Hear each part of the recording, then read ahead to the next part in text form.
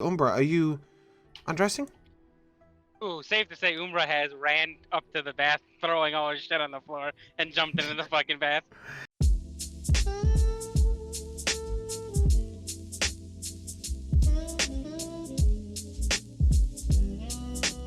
Hello, welcome to Baldur's Gate.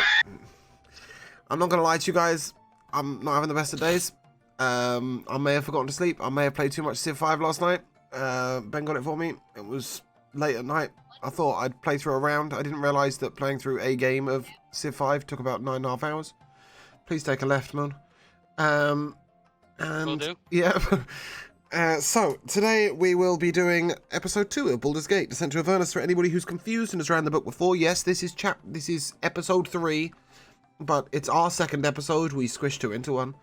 And today, playing with me, I will have Joe the Jellyfish.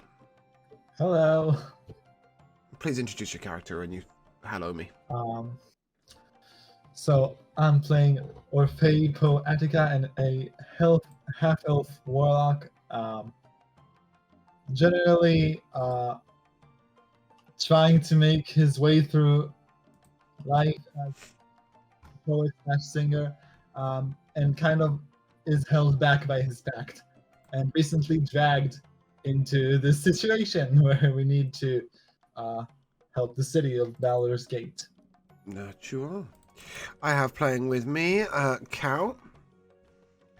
Hi, I'm Cal, and I'll be playing Mateo the Bear, a human paladin and famous athlete, broad as an ogre and almost as tall. We have playing with us Kira. My name is Kira, and I'll be playing Lunette Valserius, dissipated tiefling and toilet cleric, and an overall woman comfortable with herself. We have Jodai Master. Please take a right, Moon. Hey, I'm playing Cobblefog. He's kind of an uncouth rogue gnome who used to be sort of a smuggler in the city and is branching out into new things. Nice. We have Josh. Hi, I'm Josh. I'll be playing Cassandra. She's a high elf wizard who likes to be right in the action, and she has a familiar that may or may not change soon. And we have Moon. Hello, I'm Moon, and I am playing either your most hated PC you've ever met or your favorite, Umbra Tinklesparks. I'm a life domain cleric of Pharasma. For reference, Moon, we can occasionally hear your sat-nav today. I don't know why. So that's why I keep telling you to turn right and left. Okay, right, cool. Just in case you were wondering why I keep telling you to turn in random directions. So, we took off yesterday with, well, yeah, sort of, yesterday in-game, right? With you guys having a little nap, a cat nap at the Elf Song Tavern. And the following morning, you have woken up, leveled up, and, yeah, you're in town. You've had some breakfast, you've sorted yourselves out, and you're ready to rock and roll. Question: would I know exactly where I can find the vampire? Well, you can find a vampire, or the vampire. No, the vampire. Yeah. No. I mean, you could try the same place, but the Thieves Guild, but you know. I will certainly be disconnecting for like 10 or 15 minutes Okay. at some point soon. I wouldn't mind trying to go find him. Uh-huh. Lunette woke up thirsty today. Okay. I woke up naked, not thirsty. I kind of want to stop back over at the guild anyway, so if you want to go along. Perfect. You know she was company.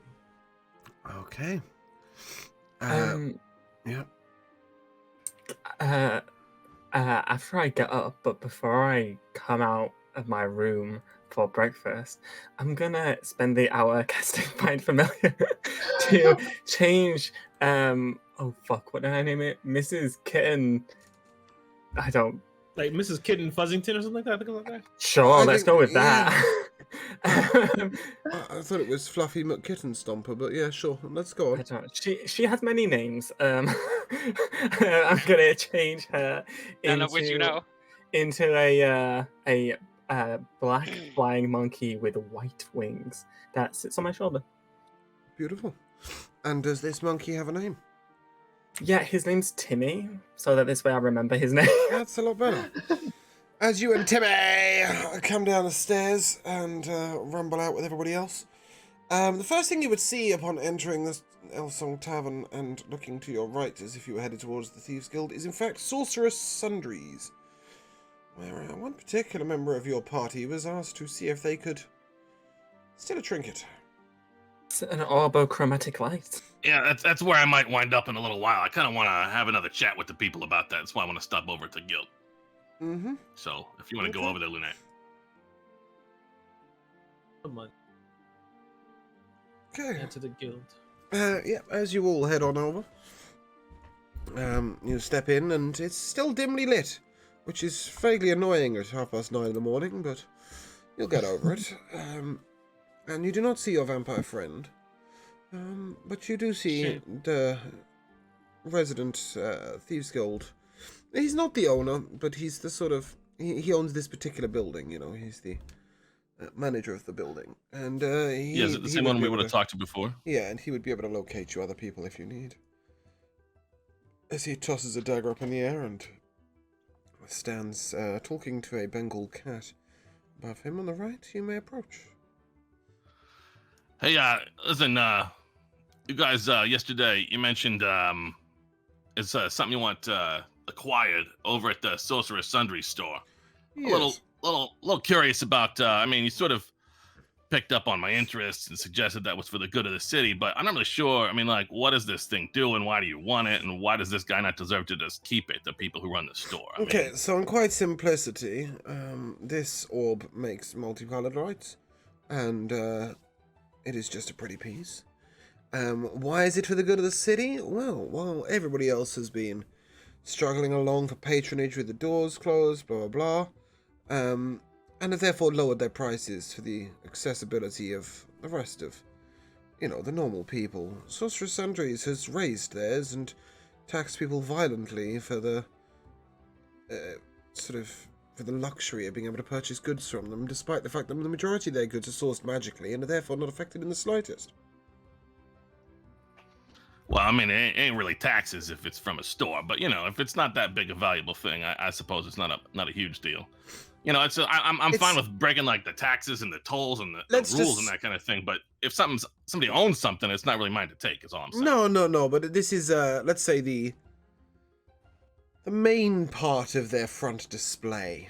It'll look a bit silly without it there. It'll make them feel a bit stupid. Everybody will know it's missing.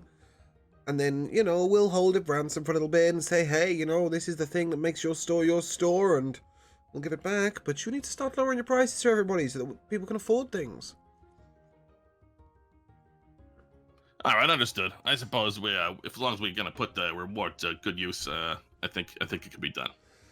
Thanks for the details. No problem. I'm gonna walk over to the cat. Mm-hmm. I'm gonna say, good morning, darling. Yes.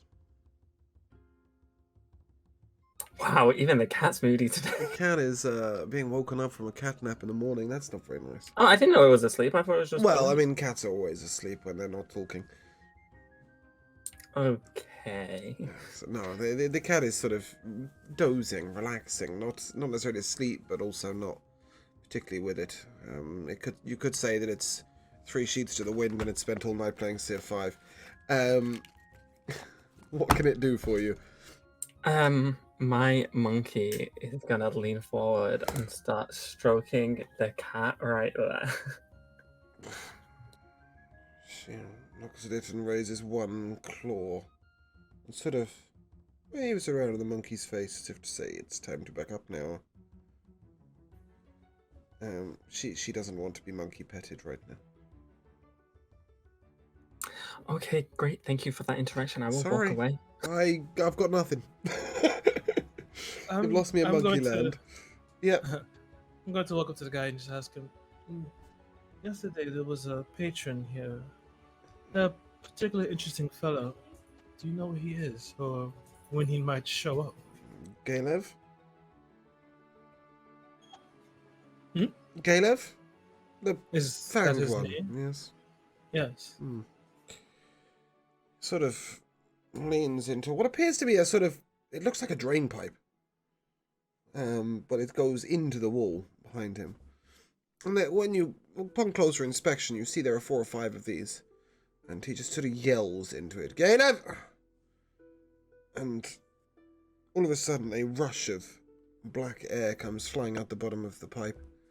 You see it's sort of not even it's sort of half present, ethereal if you like, and then you see it take briefly the form of a bat, and then it reforms, and standing before you is Caleb, and he says, "Have you done what I asked?" I have. Impressive. Or not, really. So, Caleb, huh? Yes, he turns to the person at the bar or the counter and says, "Don't remember telling you to give out my name to strangers. But, well, we're here now for what have you interrupted my morning rest? Just a chat." Well, I just wanted to know exactly what my reward would be for doing what I've done. This is your reward. I've not attacked you yet. You seemed like you had something interesting to say last time. I do. So I was curious. I always have something interesting to say. But this is... wow. You intrigue me. I have that effect. Sometimes. Very rarely on me does anybody have that effect, but you intrigue me, and I thought maybe you might be able to do something for our mutual benefit. What might that be? How could you benefit me? In the same way you could benefit me. You see, if you ask at the... I'm really sorry, I've closed the map. I need to reopen that. That sort of disappeared very quickly. If you ask at the High House of Wonders, see whether you can find what is called the Black Saffron. It is a wondrous piece of material. 60, 80, 100, 120 foot in length. Depending on where you look at it, it is like a shawl. And yet you can hold it in one hand, with your fist clenched. It unravels and it unfurls. And you see, there are 2 of these in the Hall of Wonders. One in the deepest of black, like a velvet, and one in the deepest of purples. If you could, perhaps, lay your hand on this, we might use it as a bedsheet. I see. And more importantly, you might be able to give it to me. How much do you want for this? I don't. I want the black one. Black's my favorite color. And I suggest you find some black dye and hope it works. Bring me the black one. The other is yours. Do they have any mystical properties, or? That's what I want to know. Unfortunately, unlike you, I can't just walk in and have a look. All right.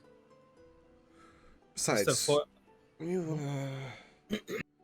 seem to have some kind of aura about you that makes me think that perhaps the House of High Wonders might let you in and have a look.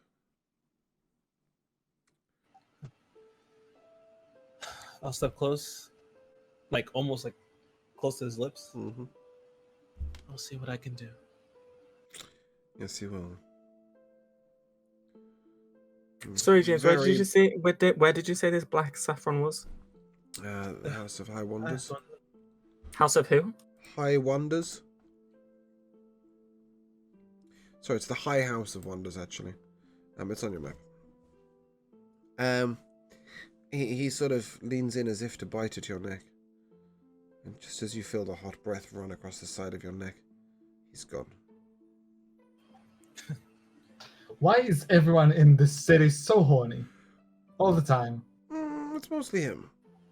As I turn And around, her. I'm gonna put my Mostly hand on him Orpheus' and the face. captain, and obviously Lynette, and also Cassandra. The tap man? Who's the tap man? Okay, well anyway. So as he departs and leaves you feeling a little cold afterwards. Yeah? Floor is yours. I'll turn around and like lightly like tap Orpheus' face. Don't worry, dear. It's not everyone. Some of us don't have the same talents as you do. We have to play in other ways.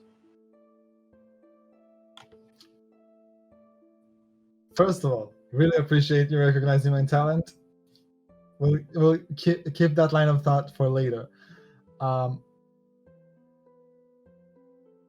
But also, I don't know, and he's just really creepy. It's usually the creepy ones that you can. How you see the most interesting? You never know what he might have that's beneficial to us or beneficial to all. You know, Orphe, even men dangerous such as he can prove useful. Can't argue with that, I guess. Anyway, if we're done with all of the seducing and the theft plans, we still have a bathhouse to get to. So True, but I do believe we have an orc to steal first there. fine. If Mr. Cobblefog wants to steal it. Yeah, I think seems like we're getting ourselves into some stuff. We're gonna need resources. So I think as long as we're gonna do the right thing with it, this is a pretty minor, I don't know if transgression is even really the right word, but we could do it. We could do it. I need to maybe I did it before I left the room this morning. I can't remember because we didn't really talk about it. But I need to grab some fleece from somewhere, a small bit of fleece, which I probably could have gotten from my bedding, I think, or I can find a sheep in the city. Man. I'm gonna pretend that didn't just happen. Okay, as you are walking back to the Sorcerer's Sundries, which is only 3 houses down, you notice that there is a small young lady sat outside her house. On your left, see house 6 for reference. She's knitting. You're on the site for some fleece. She appears to be using a loom to turn fleece to wool. Perhaps you might purchase some. Yeah, absolutely. So I'll just stop and talk to her. Excuse me there. I see you got some nice wool lying about. I need like a tiny little just chunk of some of that fleece there. Could I get that from you? I'm not a merchant, dear, but well, I can spare Everybody's a a little merchant bit. for the right price, I can spare Sorry? a little bit. Say, and she holds up sort of 5 by 5 inches worth. Yes, will this that's suffice? beautiful. Absolutely. Call it a copper. Not a problem. Done. Fantastic. See, I knew you were a merchant. Just looking to help out a friend. Much appreciated. And then I guess as we're in that vicinity, I'll see if I can spot this crystal orb. You that we're can't looking fucking for. miss the crystal orb. Right, so to explain, you have like a fronted building, okay? So there is like a wooden sign up the top, and down either side there is sort of 2 wooden panels that you can see from inside are shutters, from outside even, sorry. So they would come across the building at night. And below, these shutters go across the whole face, including across the sign. And at the center of the sign, which reads Sorcerer's Sundries, is one crystal orb at the very center. It is approximately 5 foot up. And as it's still, before the shops are really open, they've only just opened in the last few minutes. It's very, very early. Don't know why you got up so early. And, you look around, there's a couple of carts, people wandering about, but no one's really out shopping right now. But you see this orb is swirling in textures of red, gold, blue, green, purple, orange, yellow.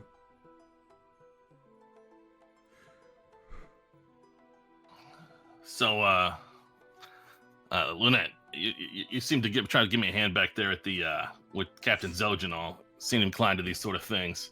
I'm gonna try to swipe that ball. It's a little high off the ground for me. I can make a pretty nice distraction. I'm trying to decide whether it's better to distract the people in the store, to like run to the back of the store, or to worry about some of these people on the street.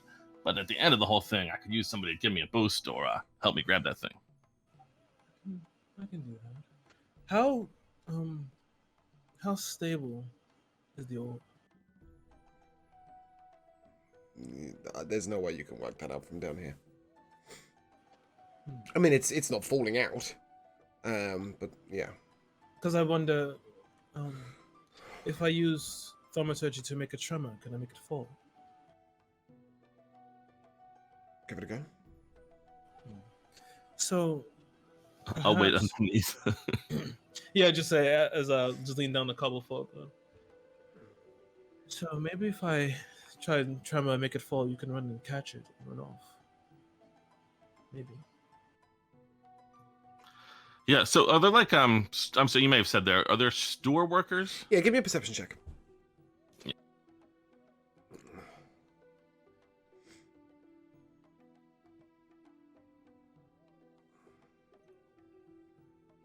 19. Okay, as you look around, you see that inside the store there is one store owner who appears to be behind the counter. He's currently looking out. He's not seeing you guys. He's just sort of staring into the distance. The store is set quite far back, and it's quite dimly lit inside, but it's fair to say if a large glowing orb of light went out on his store, he might notice. As you look around the street, you see that the couple of people who are in the street, nobody is particularly on this road. They are, round corners, investigating other things, talking to... there's two carts involved in conversation about sort of 35 foot away. There's one haggard old crone who is wandering off in the opposite direction, and there is a guard, but he appears to be attaching a notice to a board, sort of 40 foot in the other direction with a hammer and nail.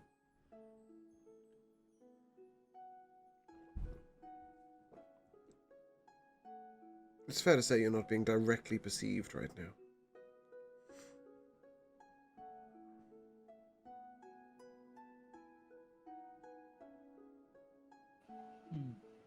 It's possible to try that.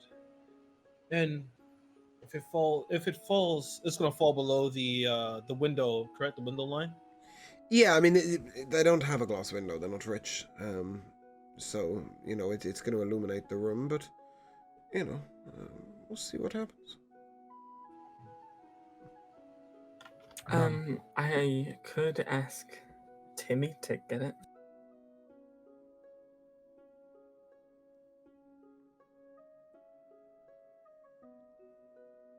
This is interesting. Orphe, do you have an idea? I mean, if there is one thing that people back home told me that I'm good at, is being loud and distracting. So, I can definitely hook you up with the cover if you need one.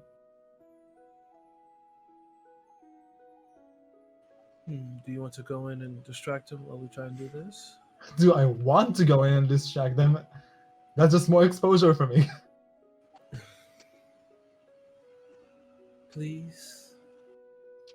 Fantastic. And I just bust in with my accordion. As you do, a slightly older elven female looks over at you. Oh, why, hello. Welcome to Sorcerer's Sundries. Do you look for something mystical and magical? We can discuss that in a moment, but first, would you like to hear this song that I wrote? And I immediately start playing it without waiting for an answer. She sort of looks at you and just... This hideous face just stays put. That's truthfully. You're also standing, blocking the doorway. Excellently. Perfect. Can't wait for Joe to get back. Unfortunately, Cobblepot to come back. Well, were you sending up the little monkey?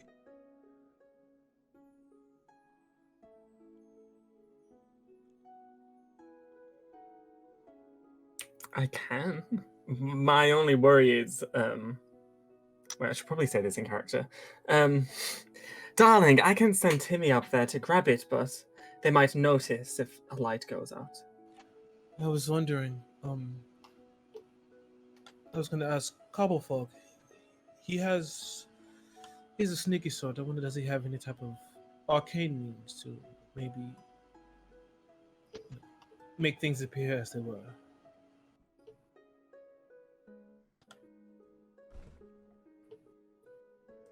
We'll find out in a moment. Yes, we will. There we go. Hey guys, so sorry. That's right. It's okay. Apparently my computer can't handle more than one thing at a time. Every week it seems I got to make a roll. That's the so sorry. I guess you've been playing. I got heard in and out. But Yep. So at the moment, Josh has offered to send up his familiar monkey, to see if it can pry it loose, and Kira has inquired as to whether you might have something to make it look like it's still there, even though it's not. That I could probably do. I was thinking that, I would maybe just like make a crashing sound in the back so the guy would look the other way or something. But this could work. Oh, currently, sorry, Orphe is wildly entertaining the shopkeeper with an accordion song she didn't ask for nor wish for. Oh yeah, fabulous. So I will definitely grab a little bit of that fleece that I picked up and cast minor illusion. Okay. And overlay an orb just like the orb right where it is. Okay, beautiful. Okay. Darling, hand it to Timmy and he shall make the exchange. No, he's put it up on top of the orb, he said. Yeah, it's like already there. Oh, okay, cool. That's how great it is, you can't even tell. Timmy just starts flying up and grabs the orb. How large is Timmy? Timmy is a small beast. Okay, give me a d20 for a strength check, please.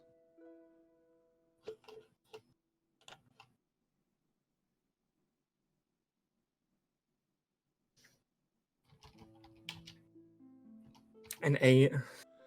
Yeah, that's a 6. Poor Timmy. He can't get it extracted. As he pulls it, you see it move out and then click back in. And what you realize, this is being held in place by some form of almost suction to keep it in place. And that is why he is unable to do so. However, you do also notice that he is able to pull at it multiple times and nobody is batting a fucking eyelid. Lynette, darling, you know about sucking. Do you have any advice? Okay, we're starting this early in the morning.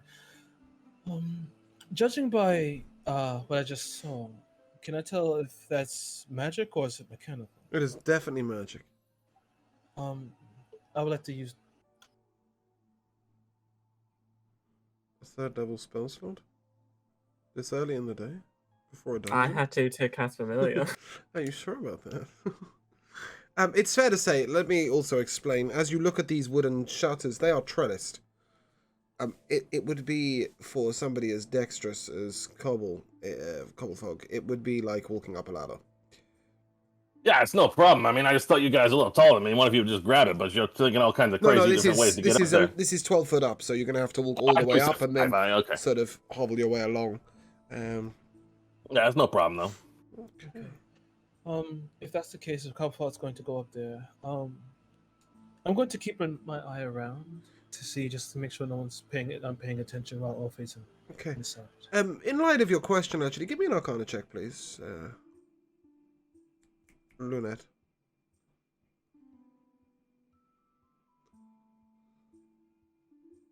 That's a 5. Yeah, okay. You see it sucking. It looks all too familiar. Yes. I can say the same. Are you headed up, Cobblefog? Yeah, Okay. Definitely. If nobody seems to be paying attention. I'll take a DC 8 acrobatics or athletics check to get up there. Whichever you prefer. Yeah, and I'm keeping my eyes around. Yeah. Um, I think Umbra's hang on one currently off second here. distracting people by throwing pamphlets at them, probably. I'm 9 seconds from having my sheet up. I rolled in real life a 10. Yeah, Let that's me fine. see. That's perfect. So That's it's perfect. good enough. Yeah. Yep, 10 is plenty. As you manage to hand over hand up there and sort of shimmy along, you get to the orb and you go to pry it out, and you realize that as you pry it out, it's sort of getting tighter on the left as you pry out on the right. Give me an intelligence check, or just give me a d20 and I'll stat block Yeah, I you. got it here. I got it now on the slightly better computer. He says That that's the would last thing we hear be- from him. A 20. Perfect. So you come to the realization that if you were to have a wedge on the other side, you would be able to pry this out very easily. However, I see. you have one hand on the orb and the other one holding you up. Yeah. Guys, I need some kind of something to pry it loose from the other side here. Anybody got any way to do that? I'm assuming the monkey's still up there, right? no, I'm gonna telepathically tell him to come down, and I'm gonna unsheath my rapier and give it to him. Try a belt knife. I'll allow you. I'll say that you've got a belt knife on you and you hand it to him. Please don't give the tiny little monkey a rapier. The poor guy's going to go over top heavy. Wait, so you're saying I can have a knife?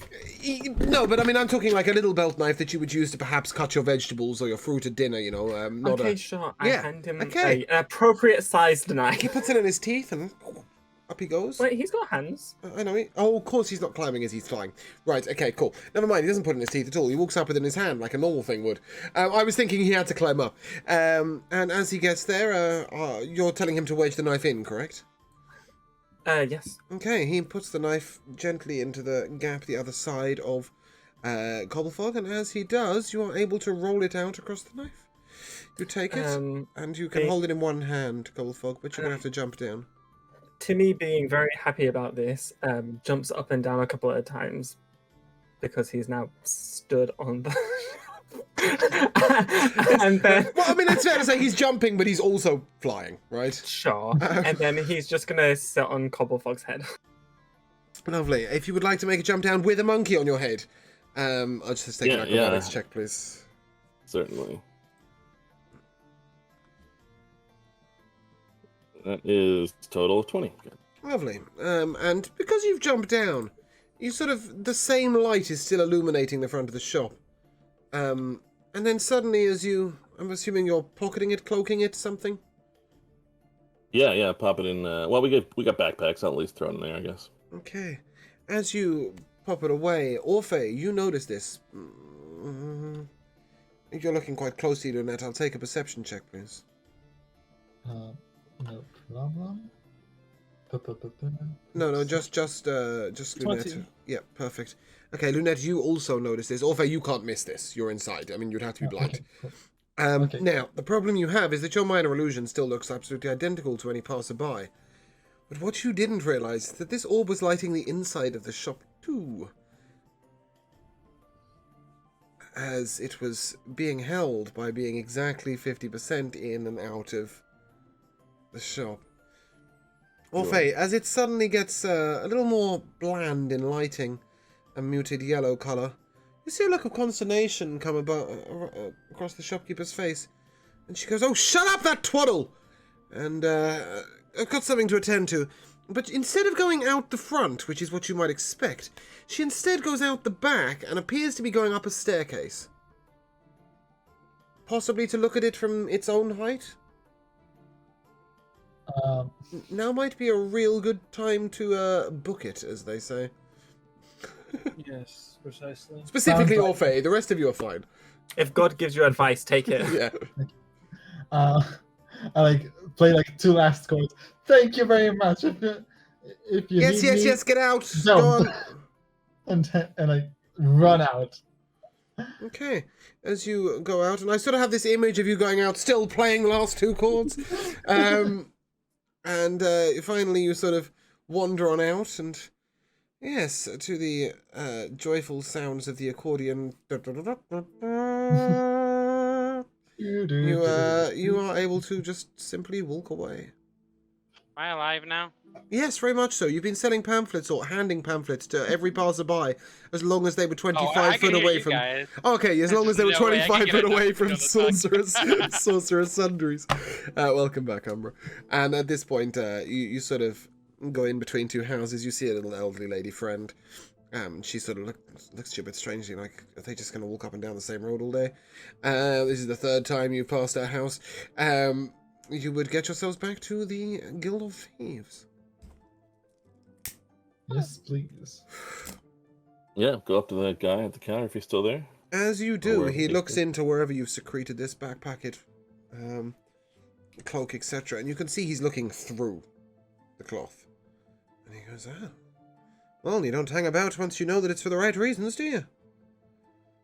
Yeah, you gotta have the information, but then you just act. Also, I got an opportunity to play at the store, and I really think that they were vibing with Sorry, who are you? it. He's part of the team. Yeah, that's the thing. It happens quick when you got people working together with you. It's a good group here. Yeah, I was more looking for a name. Well, I go by Orphe Poetica, singer, songwriter, kind of trying to find myself in the scene. I kind of like hand him like a business card drawn on a napkin that I stole from a tavern.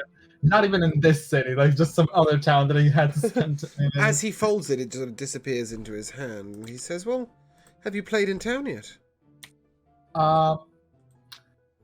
Technically, yes. No. As Have you in- played at a tavern for money, is what he's asking for. I have been busking for a while. I still haven't found a place that would let me perform. I kind of think of my music as kind of very forward thinking, very new, very something that people maybe are not really prepared for yet, but like it's getting there. I'm really feeling that I'm starting to get the audience, you know? As long as you promise to sing, not talk, and get your patronage at the Draken Tavern, and then he flips you a silver coin that is not really a silver coin. As you catch it, you realize it's sort of dusky on one side and very bright on the other. So it's just flip this to the tavern owner and tell them that you would like to play, and it'll be arranged. Call it a favour. And besides, let's get you your reward for that, if I may. And he sort of gestures towards the orb. Yeah, pop it out of the bag and give it to him. Sort of containing the glow as much as possible, I guess. Yeah, But we're inside a place where nobody cares about this sort of thing. He sort of whisks it away again. You see it sort of vanish as he grabs it. And then he sort of hefts a purse onto the table, 100 gold. And he said, and I promised you something special, didn't I? Yeah, let me have a look for you. Pretty fancy, I believe. And he pulls out what is shadowed leather armor. You probably won't find this on D&D Beyond. You'll instead need to add studded leather armor and a cloak of elven kind. And it has the combined effect of the two. No one's died yet, although I might kill them in a minute, Rage. This gives you advantage on your stealth rolls. That's pretty much what it does, and it's also studded leather armor. Real quick, what was the name of the tavern that he was talking about? The Drakon Tavern or Drakon Tavern? Yes. With a K or a C? Drakon. It is on your map, not far from where you're currently standing. Oh, okay, cool. A little to the west. Oh yeah, see, there you go. Definitely, means to an end and everything. This is maybe not my favorite thing I've ever done. I'm not sure if that guy needs his orb or what, but definitely this is something I can put to good use. He'll have it back within days, I promise you that, and you'll see it. One minor thing. How much gold again? Sorry. 100. Okay. And well, I know I hear correctly, but I will be polite in asking anyway. You were asking after Tarina. More specifically, you were asking Tarina some questions. Possibly seeking the Followers of the Dead 3, is that correct? Well, Tarina... Yeah, at the moment, what I'm seeking is the other 150 gold that you mentioned originally. Ah, yes, okay. Your DM has taken incredibly bad notes. Yep, he will That's slam fine. that on the bar and obviously that's a apologize. lot. Whichever one is right is fine, but I haven't noted last one. 250 is correct. Well, you 250 is said correct. 250 gold on leather armor, which would have been maybe regular armor, so I don't know. No, 250 and the shadowed leather armor. He's trying to stifle us. Yeah, sorry, Okay. I just losing track. No, it's just I'm gonna do something like this. I want to make sure I get what I was promised. That's all. Yeah, But no, yeah, we definitely. talked to this Tarina woman yesterday. Yeah, she directed you to the bathhouse, correct? Yeah, sounds like you could have just sent us there in the first place, I guess. It's common knowledge amongst those of more sketchy nature. Perhaps you don't know, but it's being run secretly by the Van Thampur family. The what, sorry? The Van Thampur family. Now, what you need to know is that Duke Van Thampur is one of the Council of the Four,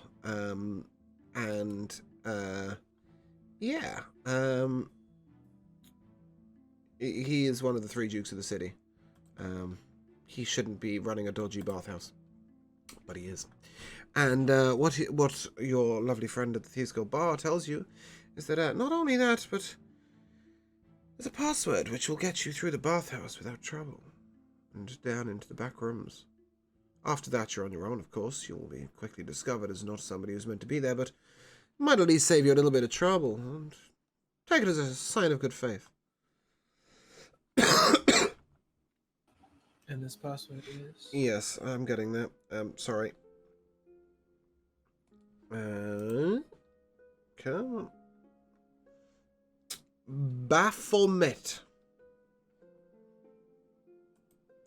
I believe that is a god in the Forgotten Realms. The password is Baphomet. Interesting.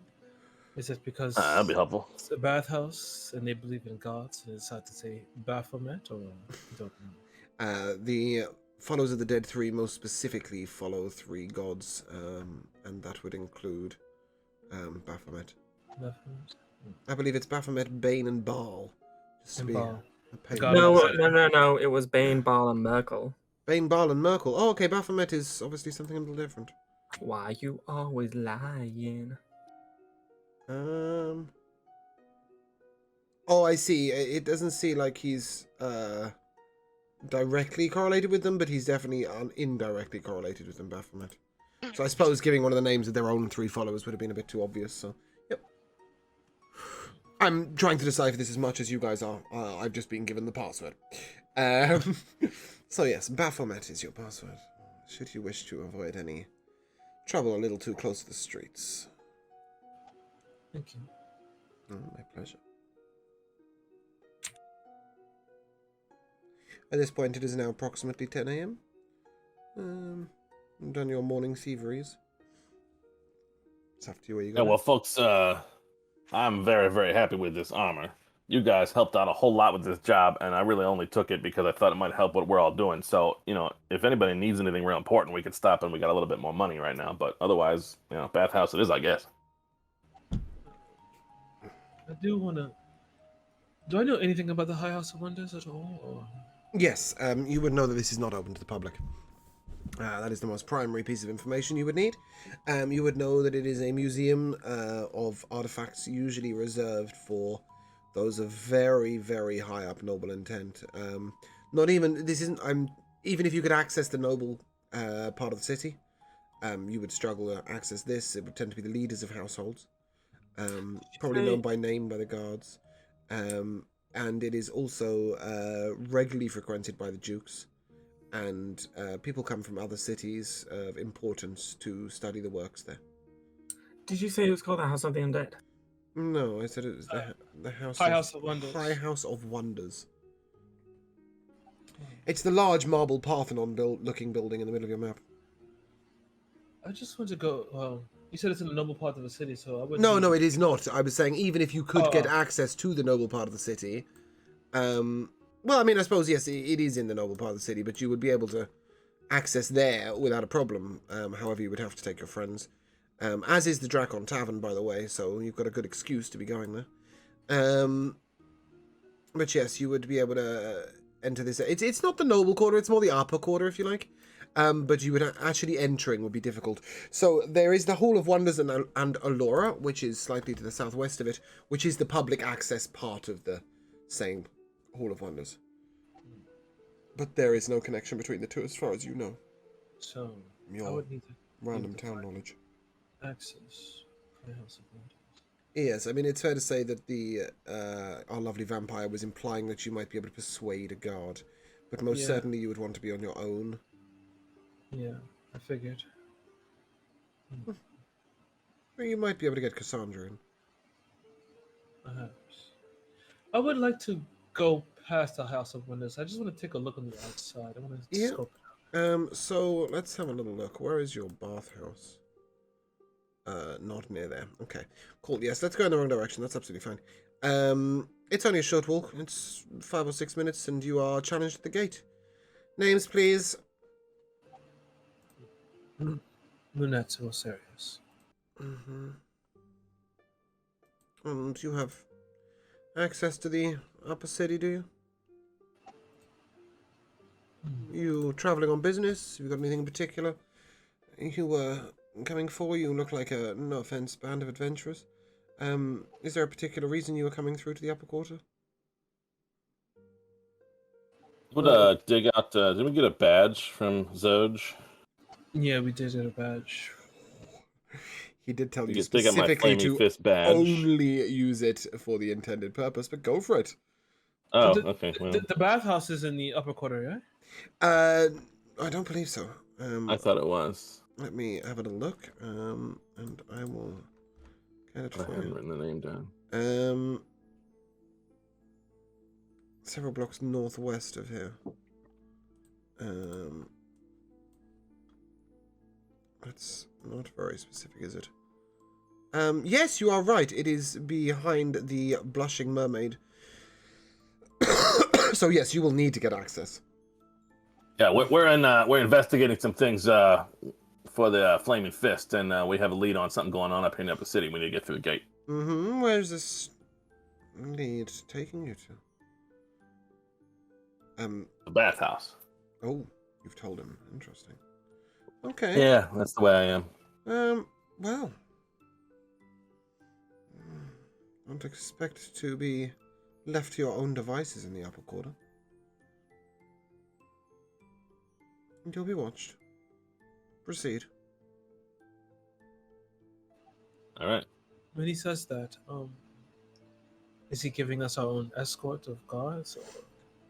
Make a perception. Yeah, make a perception check and see what you can hear.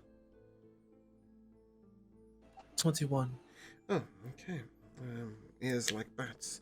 As you enter through the gate, you hear him turn to an archer who would stand on top of the wall and say, "Follow the movement.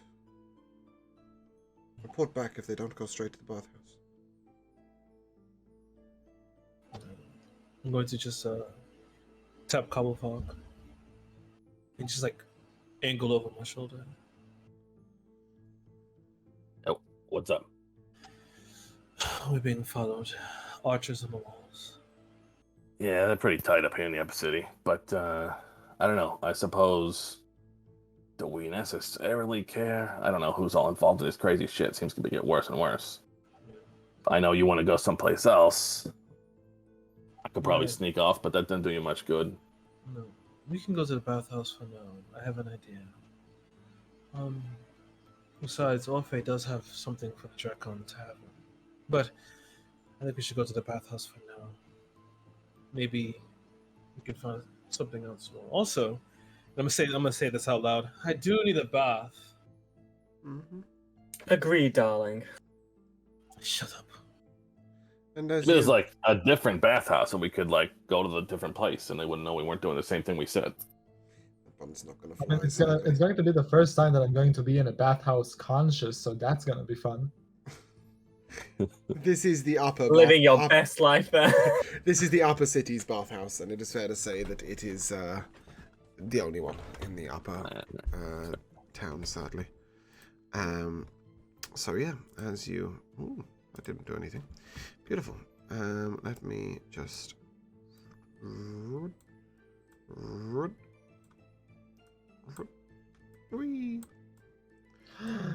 That's exciting, isn't it? Okay, I've actually cut it off. So this is house northeast 2. Sorry, house 2, next to northeast 2.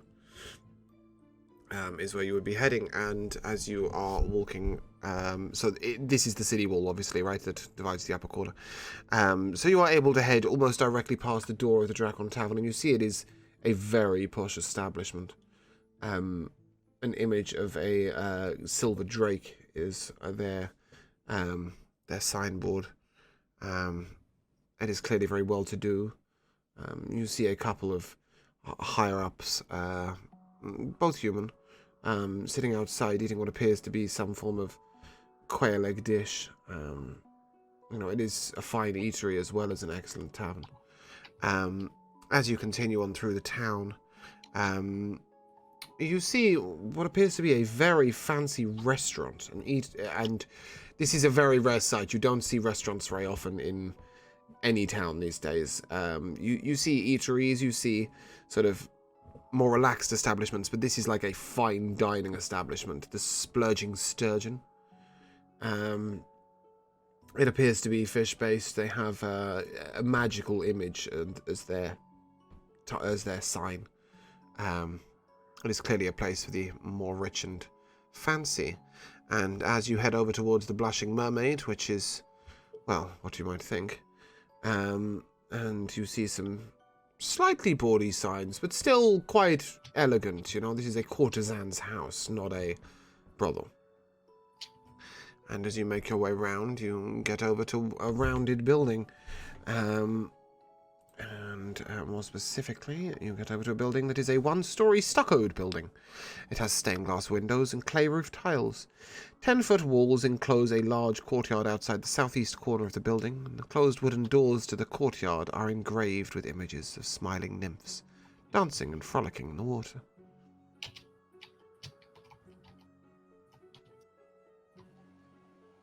I'm assuming that Archer is still close by.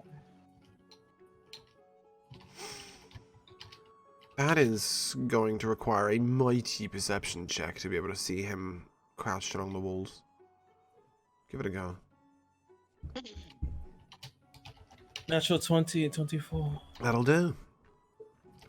Yes, you are able to see, just briefly, this figure who you saw to be following you along the wall is still keeping an eye out on you.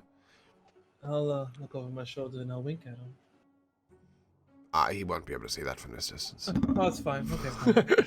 He's sort of following the colouring of your clothing at this point. But yes, so as you make your way round to this bathhouse, as I said, you see a large courtyard enclosed at the southeast corner of the building, and there are closed wooden doors to the courtyard.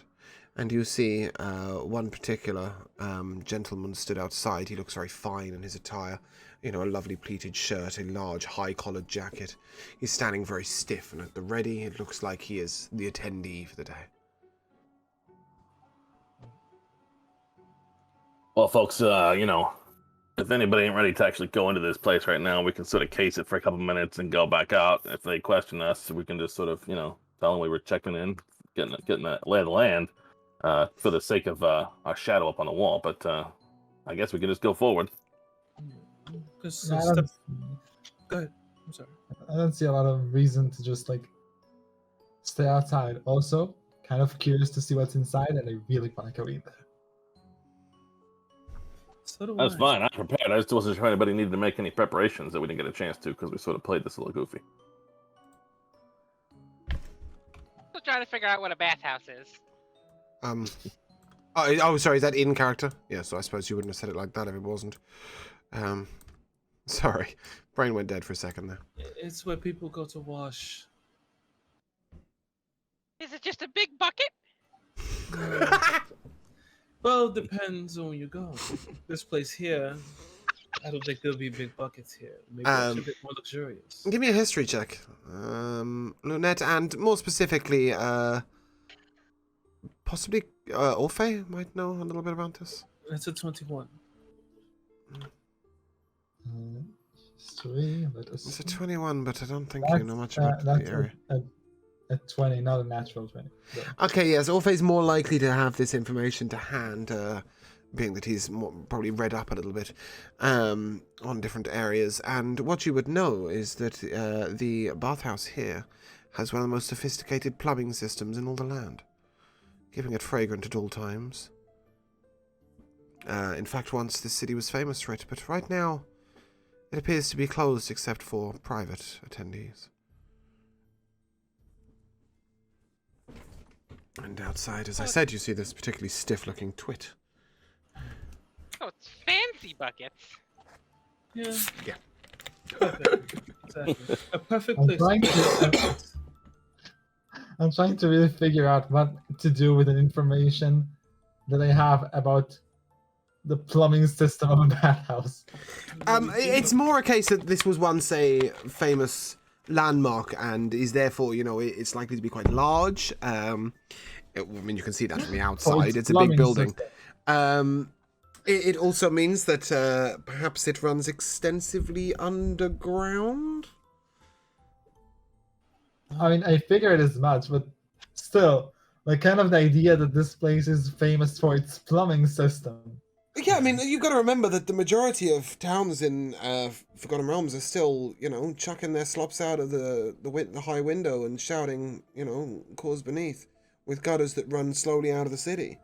That I understand, but I still very much doubt that people would, like, come from afar to this city with all it's got to offer. And Okay, you're thinking of plumbing as waste disposal only. This also means that they have a flow of warm water, which would be quite miraculous to a lot of people. And fresher water. And fresh water, and yeah, I mean, this is quite stunning. Think Roman baths. They were a huge, huge thing because they were the first to keep water clean properly. Anyway, That's not how I fucking reacted to it. That'll give you all the fucking info you need. but yeah. anyway, I'm gonna step up to the guy. Okay. Greetings. Oh, Have you got an appointment? no appointment, but we've been granted. Well, I've been wanting to see inside, and quite frankly, I could use a bath. Umbra, at this point, can I have a perception and an arcana check, and I'll take the higher number? Boy. I know, that's a weird one, isn't it? 19. Sorry, which one got the 19? Perception. Perception. Okay, you sense a very slight, strange air upon the ground, upon the wind even. Maybe the presence of something slightly magical is just sort of leaving you a little uneasy. More specifically, this is not nice magic, it's fair to say. And with your perception check, you would hear the slow beat of what appears to be quite large leathery wings. Large in terms of not a tiny bat, not in terms of like there's a fucking dragon above your head, right? But yeah, you can hear the very, very slow beat of these wings as you sort of tune into that. As you investigate closer, give me a religion check. Religion? Yeah, I think so. I think that's the right one. Oh, mighty shitty at those. Okay. 16. Yeah, that'll do it. You have perhaps felt this slight aura before. Actually, you're not really a member of an order as such, are you? You haven't been party to like a large church, have you? It's part of the Church of Pharasma. Would you have been to any sort of... Well, let's just say you have. Once upon a time, you attended a ritual summoning for the purpose of information extraction. And this feeling is like something... Like a demonic presence is present. A demonic presence is present. Yeah, that's what I went with. What are you going to do about it? But as you look around, you don't see anything. Guys, my spidey sense is tingling. Pretty much. That's what I've got for you. That's as much information as I can give without a direct sort of working it out. Excuse me, sir. Yes. Did you know that there's something diabolical feeling coming from back there? You see his face take over a completely Muted. different James. Oh, how did I do that? You see his face take over a completely different cast. And he said, sorry, did you say you were here to visit the baths? They're closed. You'll be leaving now. And No, I don't think we will. you hear this sort of flap of wings. The rest of you would hear this too. As it sort of moves to your right. Sorry, I've got to turn around. Flies to your left, appearing to be flying towards the palace. Can I see anything? No. Well, no, there's no way. No. Okay. Not with your naked eye. Would I? No, nobody would see this with their naked eye. Okay. If I put clothes on my eye, can I see it? If I put clothes on my eyes. I don't know. Do you speak Goblin, Cassandra? I speak Common, Elvish, and Undercommon. Yeah, you you haven't got a clue. If only you could speak Goblin. No, I'm kidding. At this particular moment, no. It is clear that there is. I mean, I think Umbra would probably know that there's something magically hiding its presence, but you wouldn't be able to see it without being able to see its hidden presence. Does that make any sense to you? Yeah. Cool, marvelous. Mateo's going to activate his divine sense. That's gonna do something for you. You see the ripple of currents upon the air, and these are the deepest of red as they fly swiftly to your left. Now, you'd know this is a demon, but you'd also know that it's an incredibly minor demon. This could be, an imp, a sprite, a malefith, something small. Nothing of major import. Probably more mischievous than dangerous. But you would you? Give me a history check, Mateo. Sure. Would it be that small if we can hear its wings flapping? Well, I mean, it's sort of 4 foot in height. Bigger than a bird. An imp is bigger than a bird? Yes. It's a 5. That's a 5. Yeah, you ain't got a fucking clue. I was going to give you more information, but I can't with that. It's fair to say your knowledge of the demonic pantheon does not come to mind this particular moment in time, but also as you guys are staring around at something that's Goblin and a absolutely demonic? invisible. The goblin was a joke. Don't worry. It's demonic.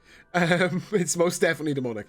As you guys are all staring about looking for this invisible presence that you can't quite see, and you have alerted the guard to this fact, it is fair to say the attendee is really, really wanting you well away. Ooh. Okay. This says I get its location, though. Do I know where it's coming from? Yes, you see it flying off towards the palace, but just the currents on the air. Oh, okay.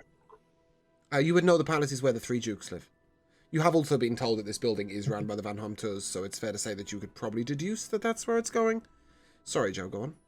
Okay. So, I know that this company here we have is a bit out of the ordinary. Ragtag is the word you're looking for. I like to think more out of the box. That's the term that I like more. Look, do you have the necessary names to get in, or will you be departing now? Baphomet. Yeah, that. His face completely changes. A smile comes to his face. He greets you with the most polite delicacy. Says, "And will you be requiring towels?" Usually I wouldn't, but I think You know what? Yeah, I will be requiring towels. Let's go. As you enter, Can we- please Can take. we have some extra ones for her? As you enter, please take what you need from the first stall on your right. And with that, the wooden door opens, and you are led into a courtyard, where he then steps back outside the door and leaves I will you give there. him a pamphlet. Excellent. He will take it as if it is the most treasured item he has ever been given, and take a deep bow. As you enter in, you see an L-shaped courtyard, featuring a trimmed lawn and nicely manicured shrubbery. The yard is decorated with white marble benches and stone fountains, each in the form of a smiling nymph tipping a jug that spills water into a circular stone basin. Over to your right, you see what appears to be a small semi-wooden shack, but it's been very elegantly decorated with inscripted wood, and you would know this to be, from your logic, the place where you could collect towels should you wish. As I go over and collect the towel, I'm going to whip it back in Cassandra's face. Oh, sorry about that. And I'll grab another. It's quite all right, darling. Not all of us are quite so messy. Oh my god! Um, Look so at all you're the monkey towels, then. guys! I've never seen so many.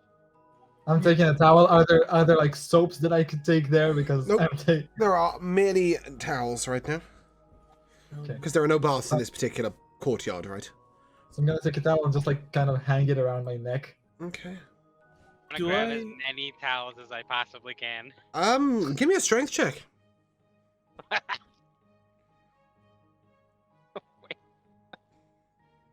Didn't Umbra win an arm wrestling match at some point? No, that was Sapphire, never mind. Yes, that was a more No, likely that was- candidate. No, that was Oh, it was Umbra, wasn't it? Yeah, Yeah, it was Umbra last week, yeah. roll Between So a you never fucking know. 19. Yeah, Yeah, did so you roll a that was- 19 for that was towel two carrying? 14. I'll give you 8. Which, considering they are full human bath sheets, Oh, I it's for sure only quite need one. impressive that you've managed to carry 8. Good job, Quite man. obvious that I However, only need one as well. I also need a dexterity saving throw, please, Umbra.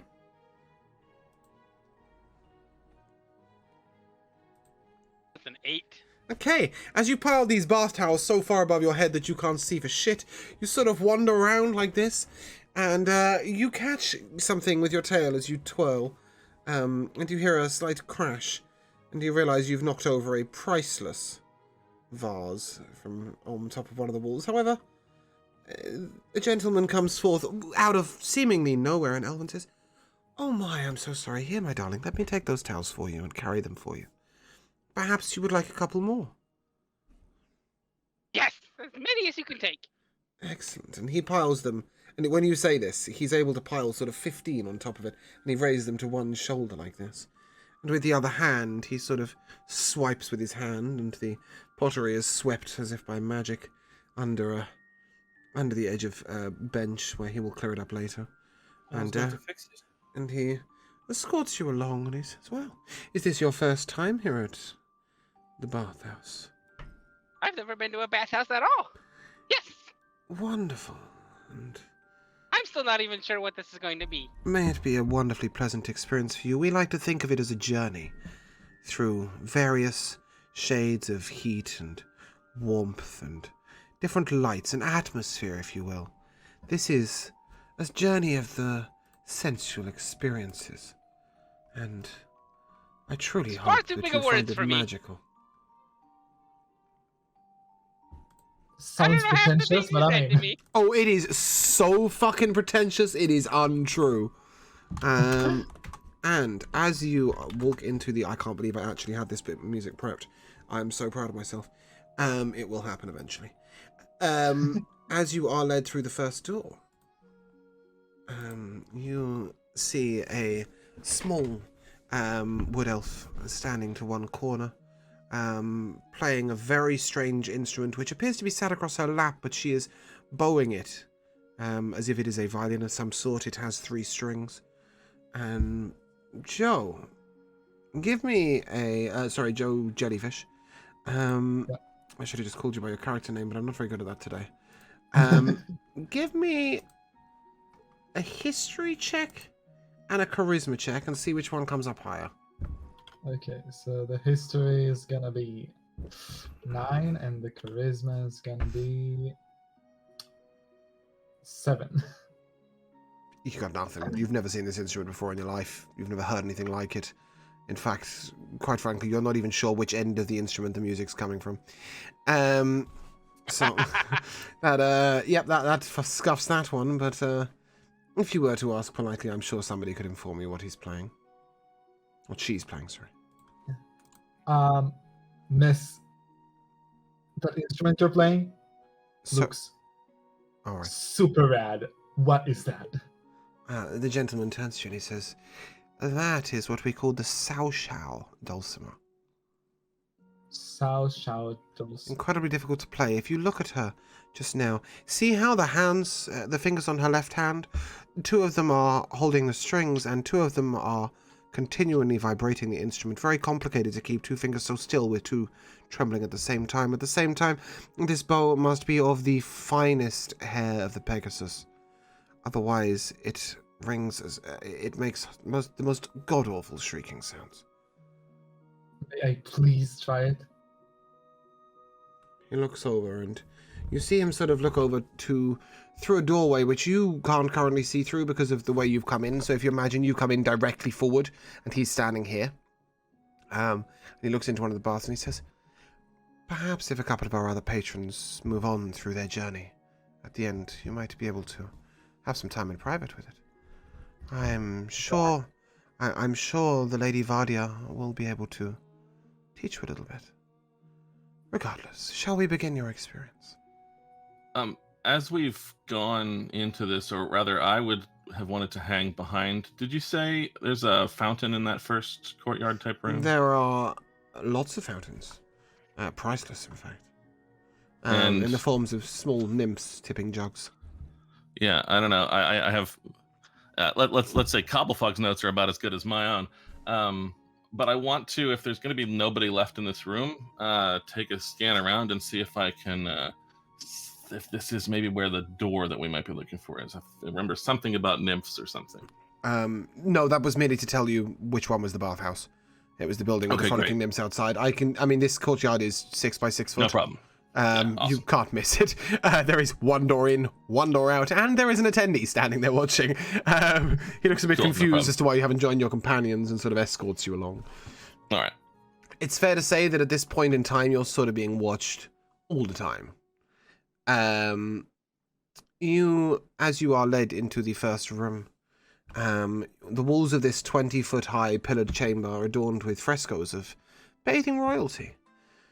Small bits of natural light stream through the stained glass windows, creating colourful patterns on the tile of the polished blue marble that cover the floor.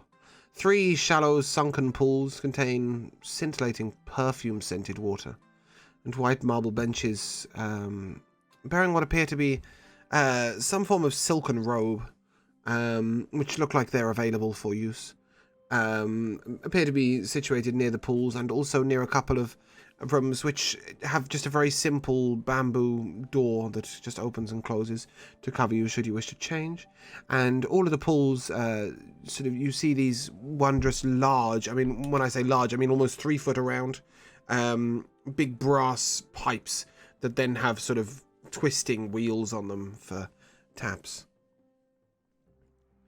And it appears that one attendee is actually adjusting one of these at the moment to correct the temperature of the water slightly. You said that there are a lot of there's royalty around, yes? Nobles around? There are 2 nobles currently bathing in pool 2, which is weirdly this one here. Don't ask. I haven't got a clue. It's the one that you would call pool 1. That's the only way I can explain that one. What do they look like? Ah, I see. Apologies. The courtyard is here. We entered from this side. That's pool 1, that's pool 2, that's pool 3. Right.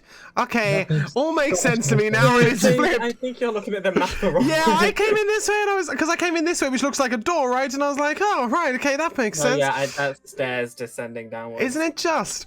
Yes, well, no prizes for guessing where you need to get to.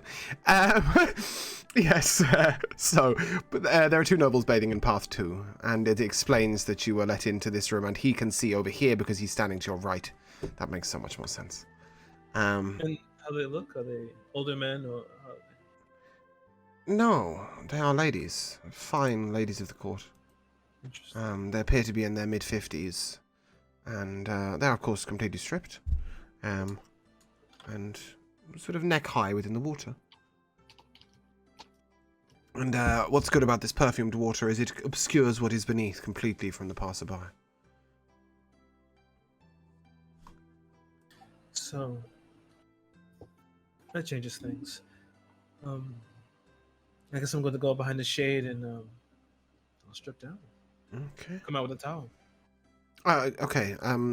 As you come out with the towel, the attendee looks at you and sort of it's a strange questioning look, and then he sort of nods towards the robe, the silken robe.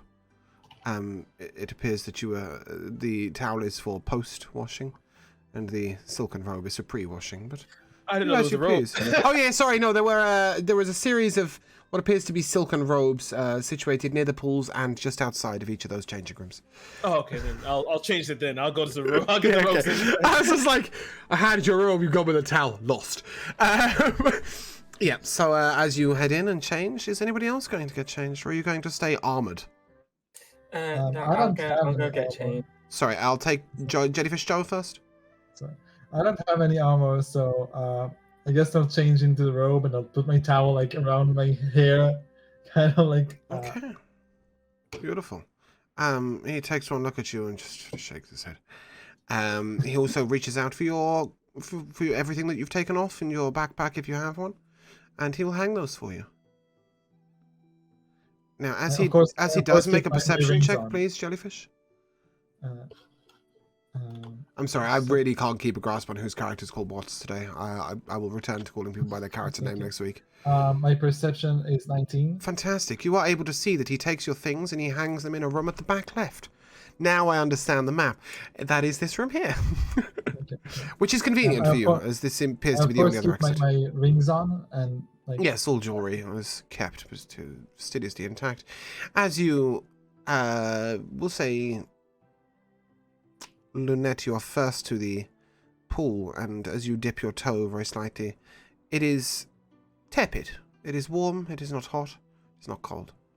But it feels smooth, almost like it is sort of enveloping you in fabric as opposed to water.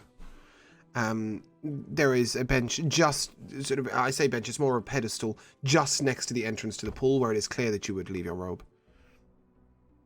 I'm going to tie my hair up. I want to look at these noble women again. Mm-hmm. Do I get any type of feeling off them at all? Can I tell if they're snooty or if they're... Give me both perception and insight check. Actually, give me the perception first, and I'll tell you where the insight's at advantage. Loving these double rolls today. That's an 8. The perception's an 8? Okay, that's absolutely fine. I'll still need the insight check. It just means that you can't hear what they're saying. Another 8. Okay. Yeah, they're rich. They appear to be fairly relaxed, fairly calm. They don't appear to be having sort of some sort of bitchy gossip conversation. They're definitely just talking quietly. And this appears to be a regular occurrence for them. Yep, and can I also take a... sorry, actually, let's go backwards slightly. Umbra, are you undressing? Ooh, safe to say Umbra has ran up to the bath, throwing all her shit on the floor, and jumped into the fucking bath. At this point, you will hear something from the nobles and just sort of go, oh my, well, that's different. And then they look over to you and they, I'm so sorry, darling, to trouble your bathing journey, but I must ask, you're quite unusual. Have you never been to a bathhouse before? I've never even heard of one before. Oh, wonderful. Well, then you're truly in for an experience, but perhaps you should slow down a little. At this point, give me your insight check with advantage, please, Lynette. Which, if you could have heard them speaking, you would have been able to do in the first place. Highest is a 10. Okay. You're able to tell from the rich tones that these are not mere noble women, but high up noble women. They clearly are very well to do, quite reserved, the proper noble woman, if you will. They're probably not up to any shady shit. Cassandra, are you disrobing and joining in the baths? Yeah, so when I got changed, I would have dismissed my familiar. I would have dismissed Timmy. And then, yeah, I'm gonna walk up to the bath, strip, and I'm gonna untie my hair so it falls down over my cleavage, and I'm gonna very delicately get into the bath. And as I like lie in it, just like have my roll my head back. Lovely. Again, you feel the water envelop you like a fabric. At this point, Umbra, for the first time in probably quite a long time, you're not distracted by the pictures on the wall, by anything else going on. You just feel relaxed. Cobblefog, what are you doing? Yeah, I'm not too excited about taking off this awesome stuff I just got, but I will go into the changing room. I'll take it all off, put everything in the backpack so that it's self-contained, put on the robe, and I've gone into the changing room, but he comes back out of the changing room, even though he's got the robe on. It's not closed at all. His big, dumb pot belly sticking out, and he just comes out and sits down on the edge of the bath and just puts his feet in, totally ridiculously. Interesting. And finally, Matteo, what are you doing? Mateo spent most of this time trying to find a robe that fits at all. There are and plenty of eventually- different sizes. But eventually he'll just come out and join everybody else in the bath. As you were wearing leather armor, is that correct? I think I got chainmail last time. Yeah. Right. Okay. So as you take off the chain shirt, the attendee who takes your stuff says, "Would you like your armor polished while you are relaxing?" Of course. Wonderful. And he sort of Is that lets out- extra? No, there is no cost here. And he lets out a small Of whistle. course.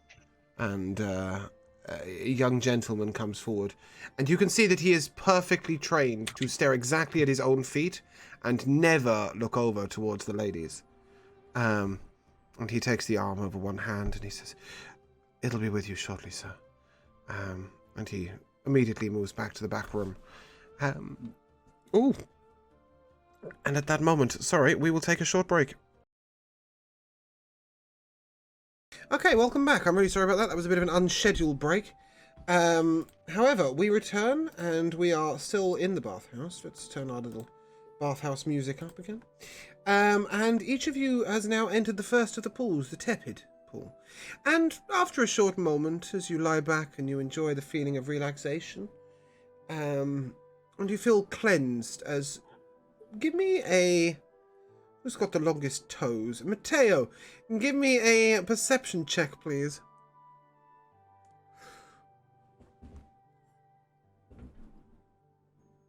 My headset cut out as soon as you said my name. What check was that? Perception, please.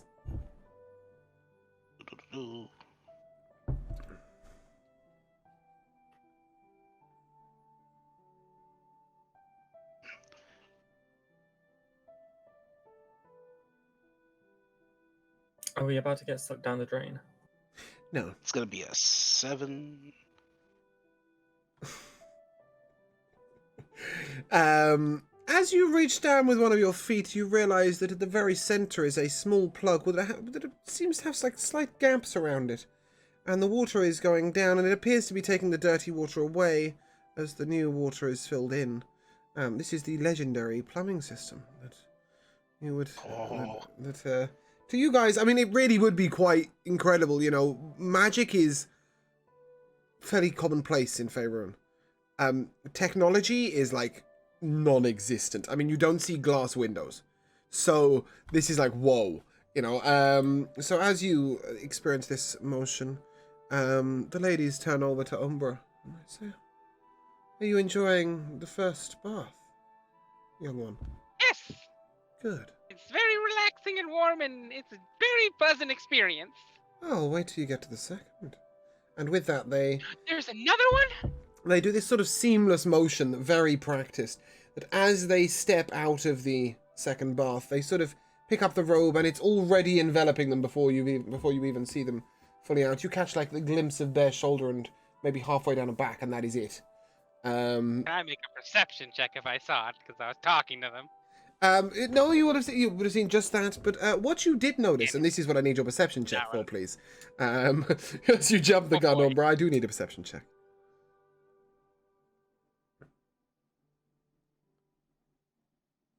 21. What you do see on the shoulder of both of them is the unicorn of Myliki. And Myliki is a god of druids and rangers. Oh. This would be pretty much the antithesis to any form of Baphomet worship. It's fair to say these people are probably allowed access because it would be looked strangely upon otherwise. Not because they are in with the more nefarious doings of the path. And as they step from one, you see them step into the next, and a little shudder as they go in, into the third room, third bath, which is over this side. As they do, they turn to you guys and say, "Are you new to the town?" I am. Yes. Wonderful. It's so nice to Got see in a that few at days least ago. some people can still get into the town. It's good to see new faces. Did you perchance come in courtesy of one Fredegar? Oh, you Oh know yeah, him that guy's too? awesome. Yes, he's been an absolute pleasure to the upper quarter. We would be without all sorts of fine goods, and whilst I would like to think that I can manage without my perfumes and without things such as crayfish and lobster tail and, you know, the finer elements of trade, it is wonderful that he is able to gain such luxuries at the same time as securing food for the regular people, you know? It's, he's truly a patriot. How does he do that, by the way? You don't know the story of Fredegar Fleetfoot? Not really. We just kind of stumbled upon him and it worked out for us, but Rumor has it he trades with the Drow. He trades with Heliogabalus over in the east. He trades Darling, with the I'm dragons. trying to relax, please. No stories. No no, I want to hear the story. It is fair to say that if you want it, Fredegar Fleetfoot can get it. And most recently, his store was demolished up in Luskan. And so he seeks a new trading post. And where better to trade, of course, than the centre of humanity, really. If you want it, you can get it. That is his Darling, point. Lunette, isn't that your phrase? He stole it from you. As she's talking, I will splash the water in her face. Yeah, we are. We both know. We all know Fredegar Fleetfoot. Yes, he's a good fellow. Well, I suppose I should introduce myself. I am Lady Carvella. Now, at this point, I will need a history check from all of you, I guess? Let's see who gets the highest number. Sorry, I just need to open a second tab.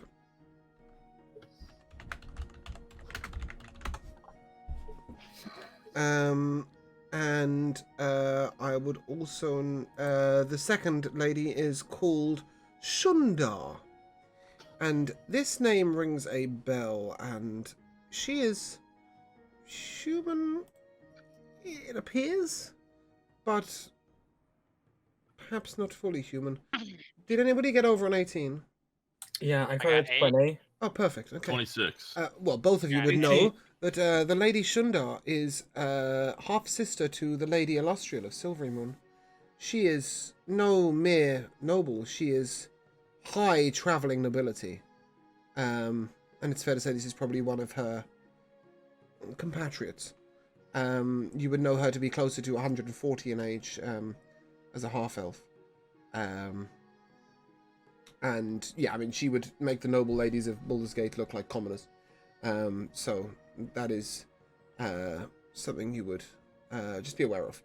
And at this moment, a young girl, maybe only 14, comes over wearing a sort of dress that looks like it's made for a woman, not a girl. It's long, it's not particularly revealing or anything, it's just she clearly hasn't got the shape to fill it. And she looks very nervously about. And she comes over and she says, "Would you care for soap?" And she holds out a tray. And on this tray are various different bars of soap, some looking quite rough, some looking very smooth. The smells coming from this are incredible. All sorts of aromas. Yep. Sorry, I'll take Kira first. He took our stuff, didn't he? I want to see if I could possibly help her dress to fit her better, so she doesn't trip or fall. It's not falling past her knee. It is a girl's dress, but it's just in a womanly shape. It's mostly the cleavage she's having an issue with, as she doesn't appear to have any. How would you care for a soap? Yes, please, thank you. Okay, at this moment, and this is why this is relevant, she leans over, and you see, nestled in the middle of her dress, a dagger. As she leans over a little too far. It is point downwards, which we know to be quite bad luck. But it appears to be sheathed, but she is clearly carrying a weapon. And that is quite unusual. However, she hands you a lovely lavender soap, and she then turns to the rest of you all, handing you out whichever soap you like, encouraging you to enjoy yourselves. And the attendee, the gentleman attendee from the door, comes over and says, "Would you like a lady to assist any of you bathing?" I have a question. Yeah. If it's bad luck for the dagger to be pointing down, how would she take it out if it was pointing up? No, it is more that it is directly down the center of her chest, as opposed to sitting to one side or the other. That is the bad luck bit. In Faerun, I don't know why. It just says that it's bad luck. Yes, it would normally. It's the same as when women wear the point of the blade pointing inwards. It's meant to. Basically, the dagger is pointing towards her womb, and that's meant to be bad luck, as opposed to pointing away from it. So anyway, that's a really random side piece of information that I don't know why it's included, but regardless. More importantly, you notice that she is armed, and one of the attendees offers a lady to help with any of you bathing, but as you are here for a mission, I suppose we'll move on a little quicker. So as you end up scrubbing and keep getting yourselves clean, and you're then able to re-robe and derobe again as you step to the second pool. And as you go to step in, you realize that this is hot. I mean, not scalding, but hot. And it is at the moment that you enter the second pool that the two ladies get out of the third pool, and they said, it's such a pleasure meeting you. And I really hope you enjoy your stay in the city that is directed directly at Umbra. Ooh, thank you. I hope you enjoy the rest of your time here. I don't know what you're gonna do, but Thank you. thanks. And they head into the back room. And what you notice here is that they don't come back out the back room. You hear a small door shut. And they've clearly left out a different exit. And you now have the place to yourself. And something changes at this moment. You see two young-ish girls come and stand in what appears to be the same sort of not quite woman dresses. Either side of the doorway to the final room. And give me a perception check. Who could get away with looking at them most directly? Matteo, give me a perception check, please. To-do. And see if your eyes see better than your 12. toes. They do. In the way they stand quite rigidly, you can see that there is some armor underneath the dress. And at one point, just the point of a dagger is pointing out of their soft boots. And they are also wearing boots, which is quite a big giveaway. They are most definitely guards, not attendees. They just seem to be doing a bit of both. As you guys enjoy and luxuriate in the hot water, and you then move on to the cold water. The lady playing the instrument stops playing, and she comes over to Orphe and says, I'll leave this here for you. This is a practice instrument. The Sao Shao Dulcimer is something you'll have to work on for a long period of time, but the gentleman said you were interested, and it's long since I've played this one. You're welcome to it. Thank you so much. Super rad again. I cut my bath short, I dry up real quick, and I immediately try this instrument. You can see her sort of wince as she walks out. And just wishes you the best of luck. At this point, the attendee, who was originally at the front, has now stepped out the front as well. Instead being replaced by a very, very tall, quite widely set half-orc, who is stripped to the waist. But when you hear him speak, he speaks to another attendee at one point. You hear him speak with a slight lisp and almost a slightly higher-pitched voice. Now I have no idea what check to do for this, so I'll take a nature check off of Cobblefog and Orphe. No, Orphe's far too distracted by her instrument. I'll take it off of Cobblefog and Cassandra. 6. 14. 14. You've heard people speak like this before in other towns. You would know this to be the voice of a eunuch. A what? A You cut eunuch. out? The eunuch. Someone who's had their balls chopped off, yeah? Okay. Right, cool. Not relatable. Yeah, so anyway, that is where the strange tone. However, he appears to be incredibly muscled. Like he trains day in, day out. As you finish up your cold bath and you rise and robe, you are gestured towards the final room. And there you see 3 tables laid out. Oh, I've just closed my notes. Let's not do that. Let's try that again. There you see 3 tables laid out, bottles of perfume stored under each table used to scent the pools, and also possibly some unusual oils. There is a sort of strange-looking fellow, perhaps man, perhaps lady, bald, very feminine lips, earrings in both ears, very slight figure, and wrapped quite generously in a robe. Unperceptible whether female or male. And speaks very gently and says, "I'm Jabaz. Would you care for a massage?" I'll take one of those. Excellent. Ooh, yes. Okay, as she lays 3 of you upon the table, we'll say Cassandra, Umbra, and Cobblefog first. She begins a very gentle massage with Umbra, and the same with Cassandra, and eventually moves on to Cobblefog, and this is a lot of time is passing this time. Music is playing again. It's coming this time from Orphe, and it's tuneless and frustrating. Actually, No, again, no. I will.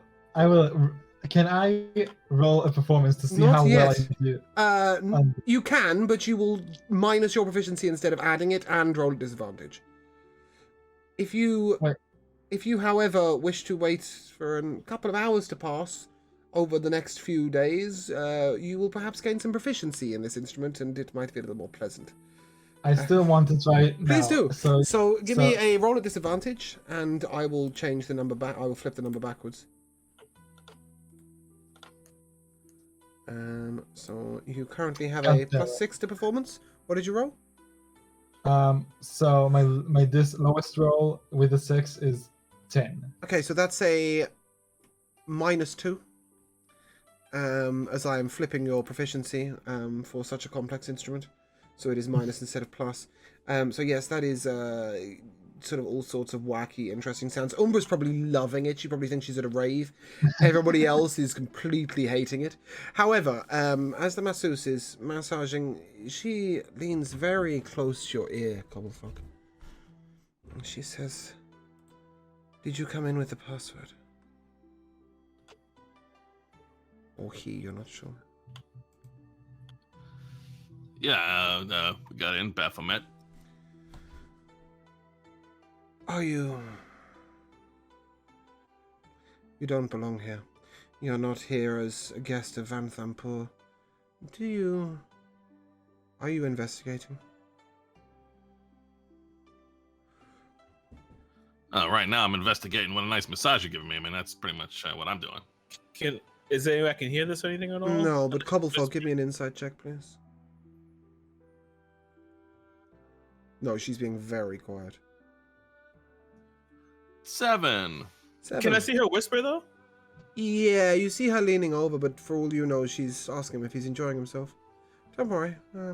She finishes massaging those 3, and she then lays the 3 of you down, and she does the same to Matteo. She says, "Are you investigating here?" What? Are you investigating the bathhouse, or perhaps what might be underneath it? I'm gonna be very honest with you. I'm just here to get massaged. Okay. She ignores that. Did you want me to be? I'm sorry, I don't. Is this a clandestine thing? No, she sort of ignores you, and she moves on to the next one. And now she massages Lunette, and she leans over. "Darling, are you investigating here?" Give me an insight check, please, Lynette. Slightly offended that she didn't ask me. Yes, I think she thought you might be a little distraction. Dense? Yeah. That's a Distraction. 7. That's a 7. Okay, you can't really get a read on her. Okay, but so she seems to be friendly. That's about as close as I can give you. yeah, I figured, I guess, is there a door to this area here? This room? There is both a door that is closed leading out to the bathroom, to the bathrooms, and there is no guards in your room at all. And the back door is also closed. Okay, yeah, I was gonna tell someone to close the door. So I guess she leans over. Why do you ask? This place is being run by Van Thumper, and stuff is going on that should not be going on. I have been under employee here for over 60 years, and I don't wish to see this place fall to nefarious hands. She then leans over and massages slowly down your arm, and as she reaches your hand, she puts something in it. And she says, "Don't take the exit. Take the left down the stairs. That'll get you through the door."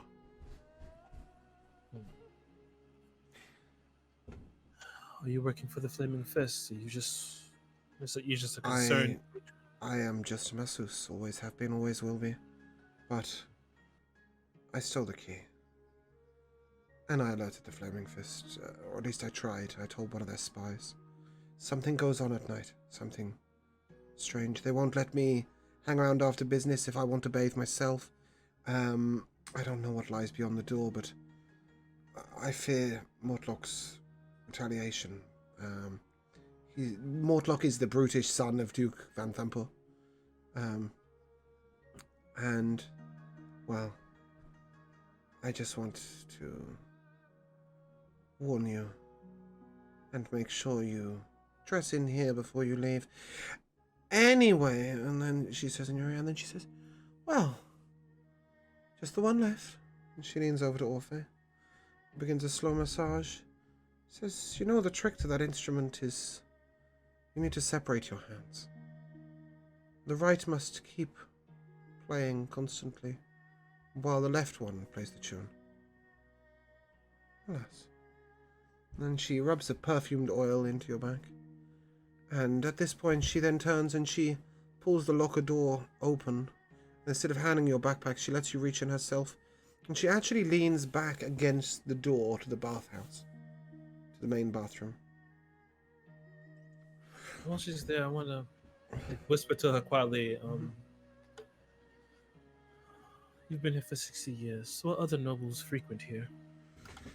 All sorts. Well, they used to.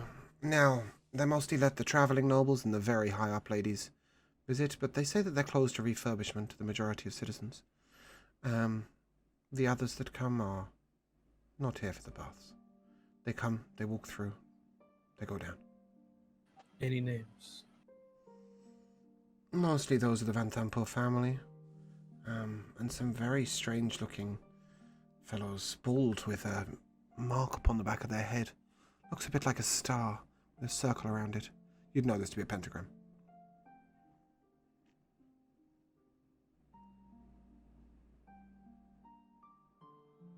I've just realised at this particular moment, Duke Van Thumper is a female. That's a fucking throw up, isn't it? I believe so she's that a duchess. I believe in the rest of the world, Mr. Baldur's Gate book, they call that a duchess. Yeah, but alas, sure. yes, and Unless she said, "Fuck it, call me Duke." Yeah, she is also the manager of the city's water utilities and sewer system, and that is how she was able to gain access to this bathhouse.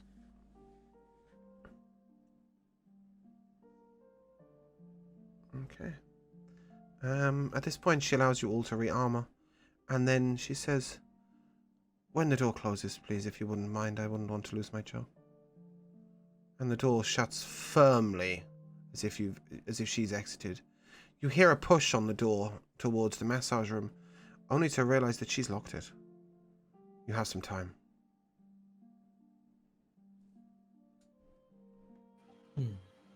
Well, first things first. This perfume smells amazing, I'm assuming. Yes, but subtle. something. It is perfumed oil. It is not actual perfume. It's perfume oil, yeah. Yeah, right? so it's rubbed into your skin. It's not going to be particularly giving away or anything. I'm going to take one, by the way. Please do. That's I actually have this. It's rose petal and crushed mint. Sounds quite nice. Yeah, honestly sounds like a bomb combination. Yeah, that's what a lovely anecdote. For reference, if any of you ever want to run this book, I suggest that you purchase the small online module from Kisoon that gives the extra notes. It adds a lot of flavor. Anyway, carrying on. At this point, you are able to get to the door leading down, and you have a key in hand. But Cobble Fog, give me an investigation check.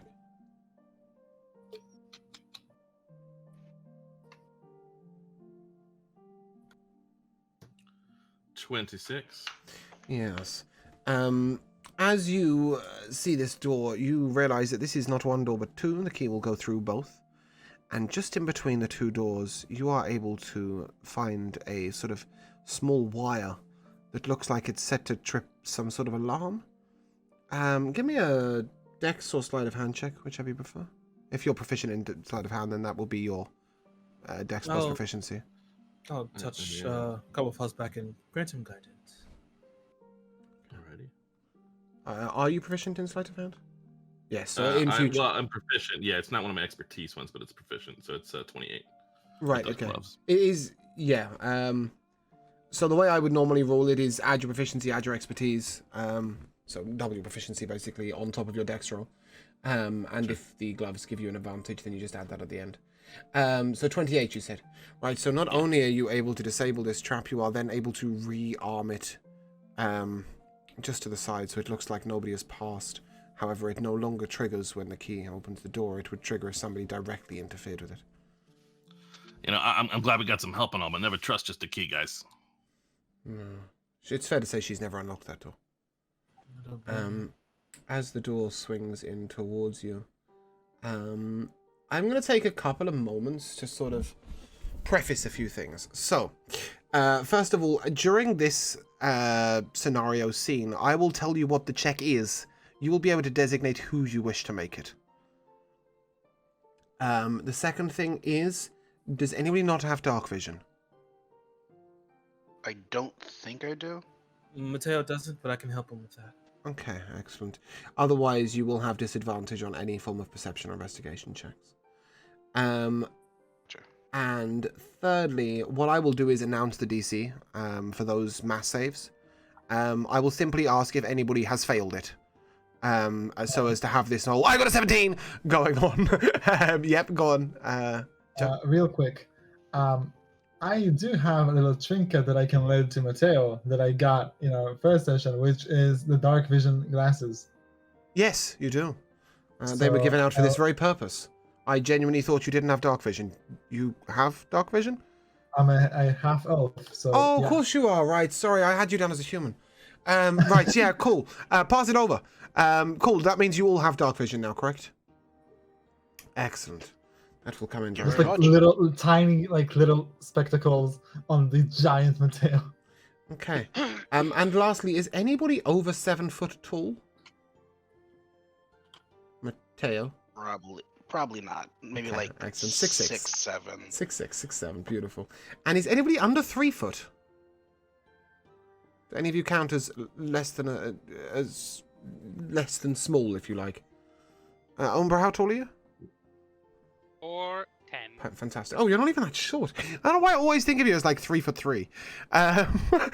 He has a petite personality. Yes, he does just strike as a lovely, bubbly youngster. Right. Okay. So I just wanted to make those sort of as a little preface because otherwise we're going to be here forever. So. Yeah, I'm 3'6". I just had to check, but I Fantastic. Yeah, so none of you have to worry about it being too small or too large for anything coming up, which gives me a nice, easy thing. So, first of all, you, as the door opens, you see an unlit corridor, but faint lights are down the corridors. You will have advantage to your stealth checks, Cobblefog. I think you might have them anyway, but still. regardless. Well, any of you, I suppose, if any of you wish to stealth, will have advantage to hiding, as this is an area of very dim light. The dungeons has an 8-foot high ceiling, and is about 5 foot wide, each path. So, oh, I forgot something. Oops. She didn't just give you a key. She gave you a map. Yes, that's quite important, isn't it? She also gave you what she called the blueprints that she'd stolen with the key. I'm assuming before we go down, we're grabbing all of our stuff. You are all... Yeah, I mean, she handed them to you, so this is, you know, armor, weapons, all of that stuff. Actually, just to make it more convenient for the viewers, I'm going to do this and make it a little larger. And you will be following the party counter, okay? If one of you goes ahead, you will have to remember it. All right. Okay, let me just close some stuff so I can see this more clearly. Fantastic. Okay, as we enter down into the first room, you just see 2 small areas. Over to the right, I'm going to do it as if where you're facing, right? So over to the right, you have a small room down to your, down that sort of dips around a corner. If you poke your head around the corner, you would see a large selection of casks, barrels, what appears to be a small wooden chest, a couple of other shelves. On the shelves lie pretty standard tools, you know, hammer, chisel, some other tools that look like they might be for not necessarily digging out, but more like dealing with any sort of cave-ins, any sort of like roughness in the walls, that sort of thing. Perhaps used to hew new, you would see the hooks as well for the new torches, that sort of thing. If any of you care to have a look in that area. Are we walking in water and all this shit? Yeah, I was about to ask. No. Okay. No, I don't know why it's blue. I think it's just like a height thing, because it seems like everything that's like on a lower level is lowish. Yeah, there you go. That makes a lot more sense. Well done, Joe. We are learning together today. Yes, is anybody going to go and explore over in there? Sure, but before I do, I'm gonna raise my hand over my body and let out a pink glow, and I'm casting Mage Armor on myself. Okay, are you also summoning familiar or keeping him? No, no. He's staying out. Yeah. Cool. Yeah, I'll say that you and Cobblefolk perhaps go over. From yourself, Cassandra, I would like a perception check, and from Cobblefolk, I would like an investigation check. Let's say 20. Yeah, perfect. You needed a 6. Yeah, you are able to see that on the wall are 8 torches, should you wish to take any of them. However, these are quite convenient. They are hand torches, so they are only sort of this height. And instead have some sort of brazier, wax, and wicks system. Should you wish to take one. Yeah, I'll pick one up. Fantastic. What's the investigation check looking like? 18. Fantastic. In the small chest, you see a selection of glass vials, all empty. You see tools for digging, etc., hanging around, and within the casks you find various food stores, fruit, vegetables, etc. Yeah. I would like to like go to the party and be like, so quick question: are we trying to stealth this thing, or we're just like going down? We should probably be as quiet as possible. May as well always sneak till you can't, you know? So, I guess we don't need this anymore, and I throw the torch behind me. We didn't need it to begin with, but we're good. Okay. I'm not even sure what we're Honestly, doing. I'll follow you guys' lead. Anybody need any like empty vials or digging tools? Some fruit? I'll take a few of the fruit there, a little bit, put it in the pouch. I think we've already got a fruit. As you dig around, Cobblefolk, you discern something a little unusual at the back wall, behind the shelving unit. The shelving unit appears very light. You could move it out the way, even yourself, with no strength check whatsoever. But you notice a slight recessing of some of the area of the wall. It appears that this may be a door of some sort. Yeah, so I think there's also maybe another door back here kind of hidden. Should I poke around? What does everybody think? Yes, but do be careful, darling. Don't go hurting yourself. That's more concern than I expected out of you, but thanks. Well, And yeah, Hi. I must keep my bodyguard safe, my little lamb. Umbra? I suppose. I will run over and cast guidance on him. Okay. Does it Yeah, I suppose doesn't stack, I'll right? see if I can make this door be a door. You don't get a +8 Check for it. that, do you? No. Okay. It's just he has guidance from Yeah, I haven't Brunette used the other one currently. yet. So he's just guided, really fucking guided. right. As you run your hand along the right-hand side of the wall, you find a brick that's not quite correct with the rest. And as you push it, the door opens silently into another room. Face down in the middle of this flooded room, slightly flooded room, I should say. We're not talking like, oh, it's deep water. It's like 3 inches of murky water. It will only count as difficult terrain should you attempt to make a run. And it is a bloated corpse of a shirtless male human with a knife wound in his back.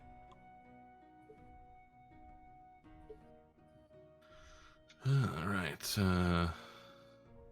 I guess I would poke back to everybody else, who I imagine is sort of gathered partially around me at this point, or in that small area. There's a dead body in here. I guess I don't know. Secret door. You may as well go this way, right? Yes, I'm is gonna there go through and anything take a look. I mean, you would know from your Yeah. map that you're effectively, you are taking Right. a shortcut, right? Right. It's Fricka's yeah. map. Yeah. Yeah, you have blueprints. Yeah. Wait, I may as well go this way, take a better look. I'm not so great at corpses, but I'll have a look. See if I can figure out, I don't know, how long it's been there, maybe? Okay, please designate a Better at medicine that. checker. Yeah, someone Hey, not me. This is what I mean. In each moment here, Yeah, you will yeah. designate the person to make said check. I'm assuming it's The Umbra, roll. though. A medicine check. Medicine? Yep. Yeah, that sounds like you. Please, if you would. Doo-doo. A nat 20 for a 27. Fantastic. You are able to tell that this man died to the stab wound in his back. He's been dead for approximately 2 days. He once had a sexually infected disease about 6.5 months ago. He's had a relatively small cold. He probably could have done with taking care of his Not nails again, better. Lynette. And he I'd like really to needs say some that I would calcium. know what a sexually transmitted disease is. Bitch, please. You got a 20 in your medicine check. You know his medical history at this point. But yes, most importantly, he's been dead for about 2 days. Looks more like your monkey's doing. Well, if we're talking about gross bodies, I think you take the cake there, darling. And who's been looking? Just men. Just Yeah. dogs. Close your mouth, like a trout. That's a weird one. Um, Can I So also? flirting is- Can you also designate an intimidation checker? um, I don't understand why these two are correlated. You'll be utterly bemused when I tell you what it's for. I mean, It's I have probably a Mateo. but it makes sense that Mateo. It's would probably be- Mateo. Intimidation? I'm What? not certain Umba's what got a I'm looking negative for. 2 to it. Come on. Yeah, Mateo, give me a roll, please, for intimidation. Gonna be a 16. Okay, you are able to tell that this dagger is in fact a dagger, despite the fact that it is sized towards more of a short sword. This would definitely be held by somebody who's larger. Why the fuck is that an intimidation check?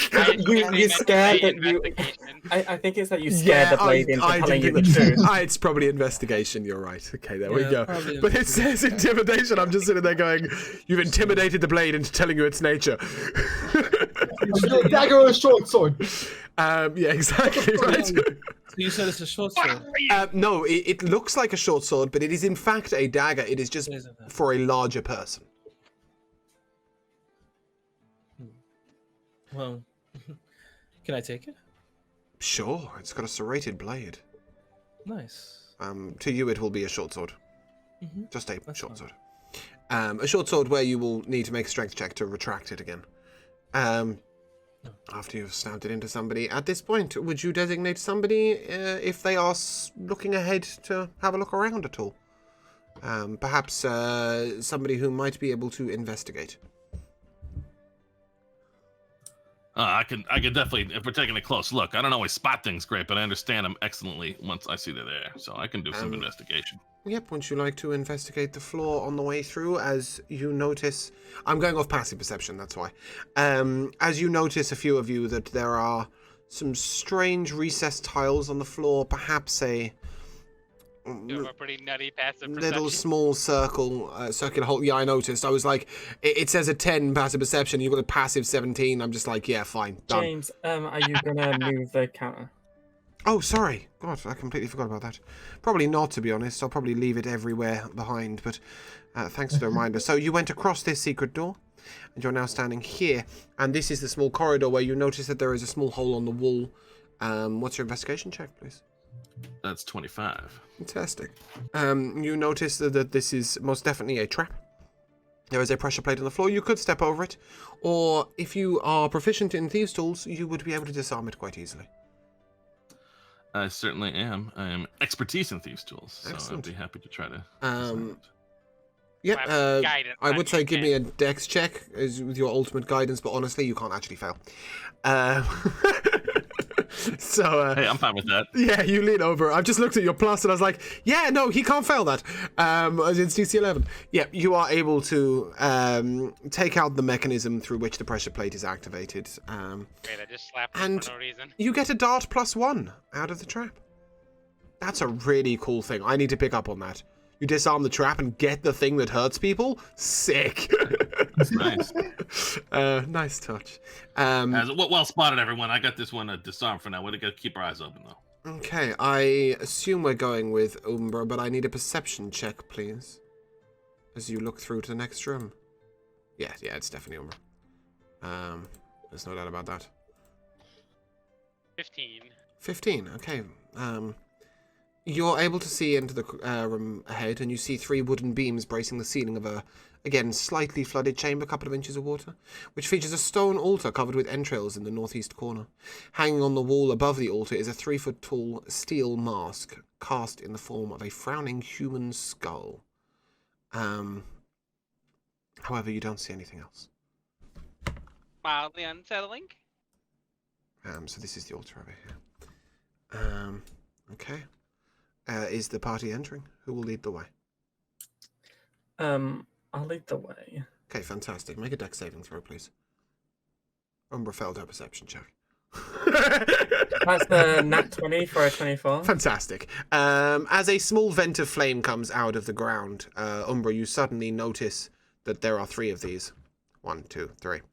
And Cassandra is very quick on her feet and is able to step out the way. As you walk over towards the altar, you see that there is a small vial of what appears to be some form of black liquid.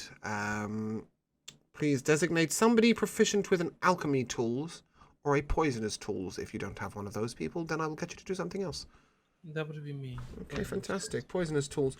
In that case, I will take a roll of intelligence or wisdom, whichever you prefer, plus your proficiency in it, please. I totally realized that I completely forgot to change the music. Let me get on that. Oh, no, that's not how that works. Come on, you can use this. It's your own Discord. You know how to do it. That's a 9. A 9? Yeah. In that case, I will take a secondary medicine check, please, from Umbra.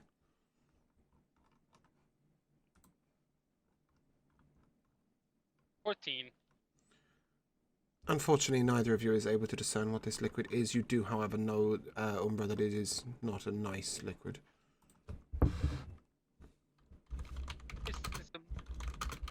Can I possibly take out a ball bearing and pour some of the liquid on it? Yep, nothing happens.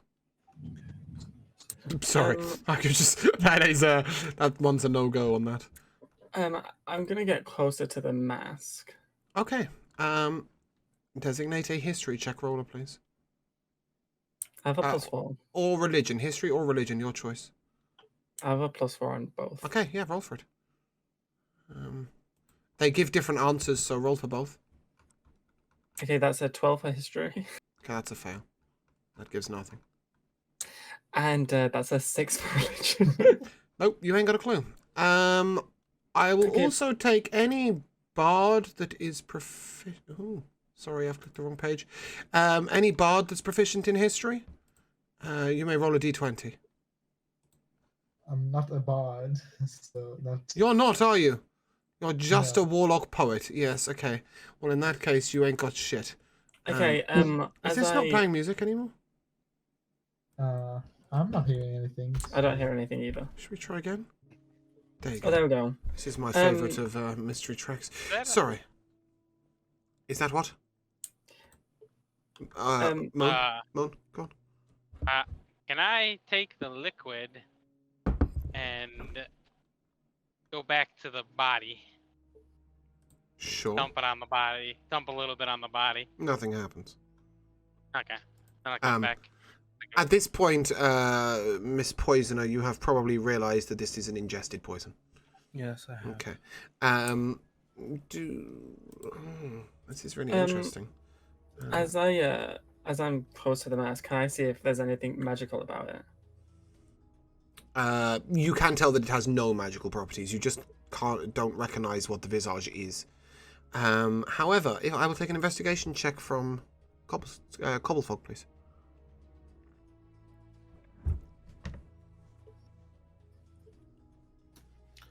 That's 28. You find a small recessed portion in the altar that you are able to lift a lid from. Inside you see humanoid entrails left on the altar as an offering to some kind of god. At this point I will take another religion check, please.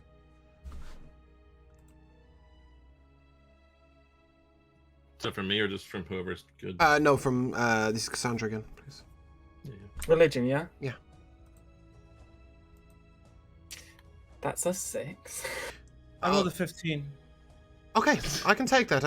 Yeah, usually you designate designate one person, but yeah, that's absolutely fine.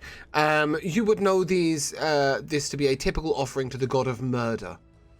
However, because nobody succeeded the previous check, you don't know who that is. You would also know that you could. I can't think of the word. You would something it with be able to something it with holy water. Cleanse. Cleanse it. Cleanse it, yeah. Yes. If one of you is carrying it, and it rules, if you have a cleric, assume they are carrying a vial of holy water. So, one of our clerics, if you would like to cover it with some holy water. We'll put some holy water on it.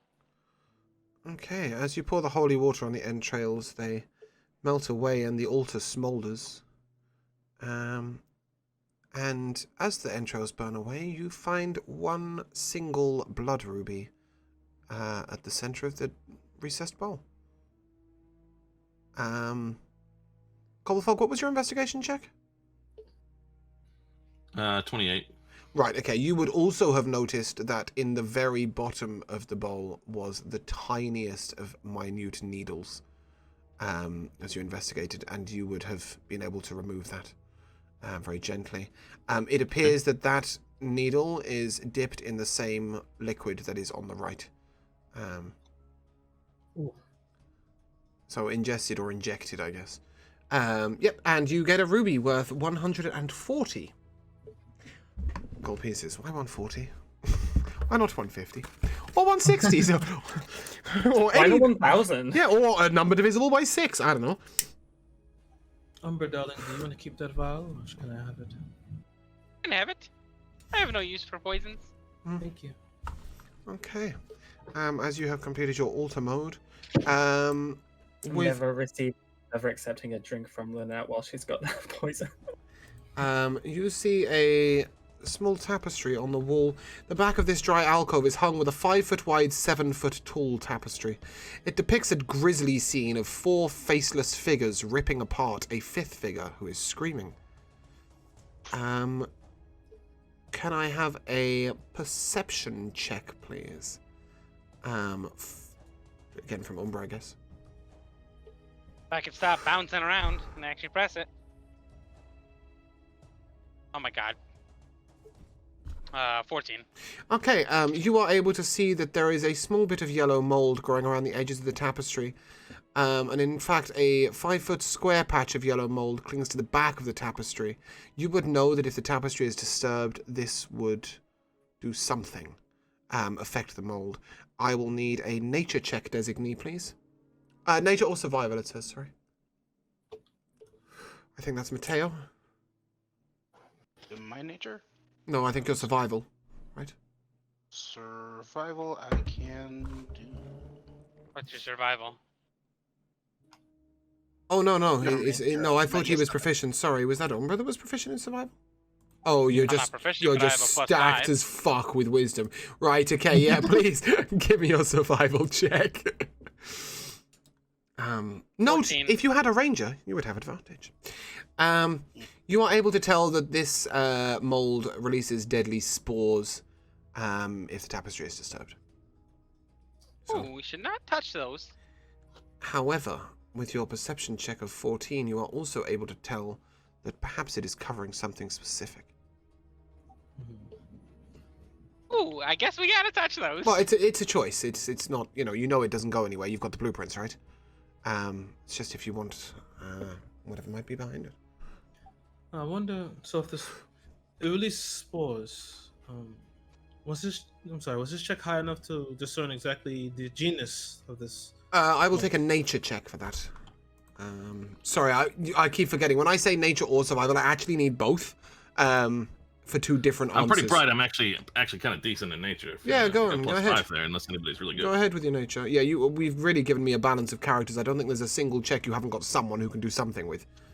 It doesn't help when you roll a 1 for a total of 6. I don't know if any of my guidances are still active, but it's probably not enough to matter. No, they last a minute.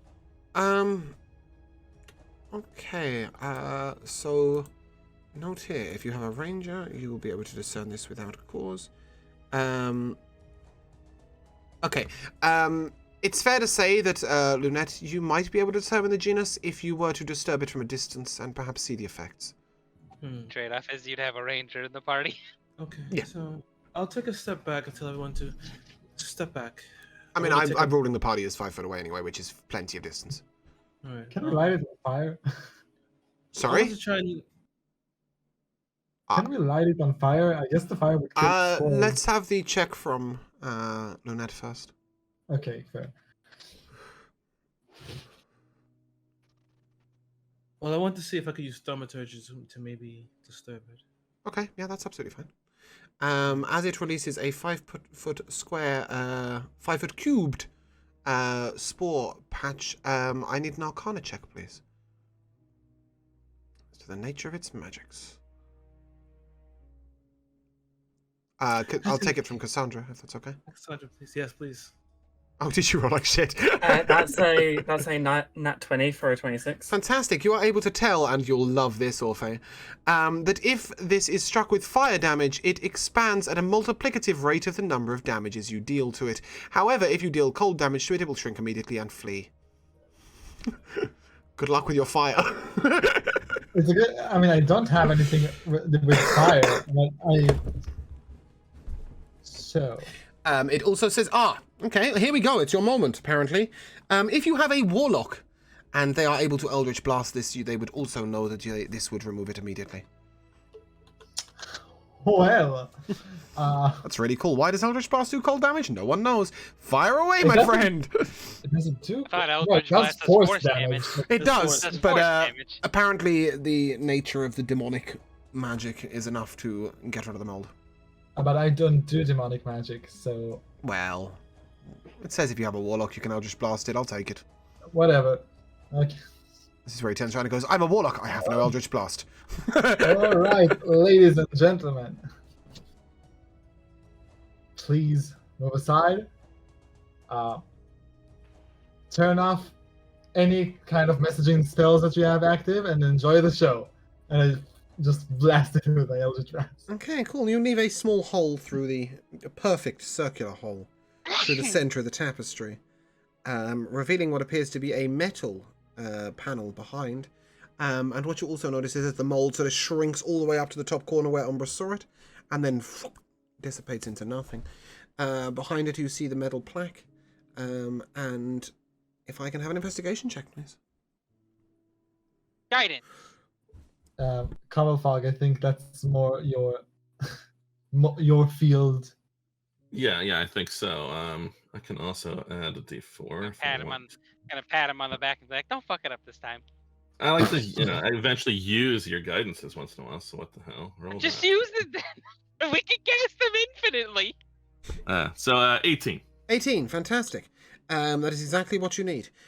You are able to discern that this is unlocked from a panel elsewhere.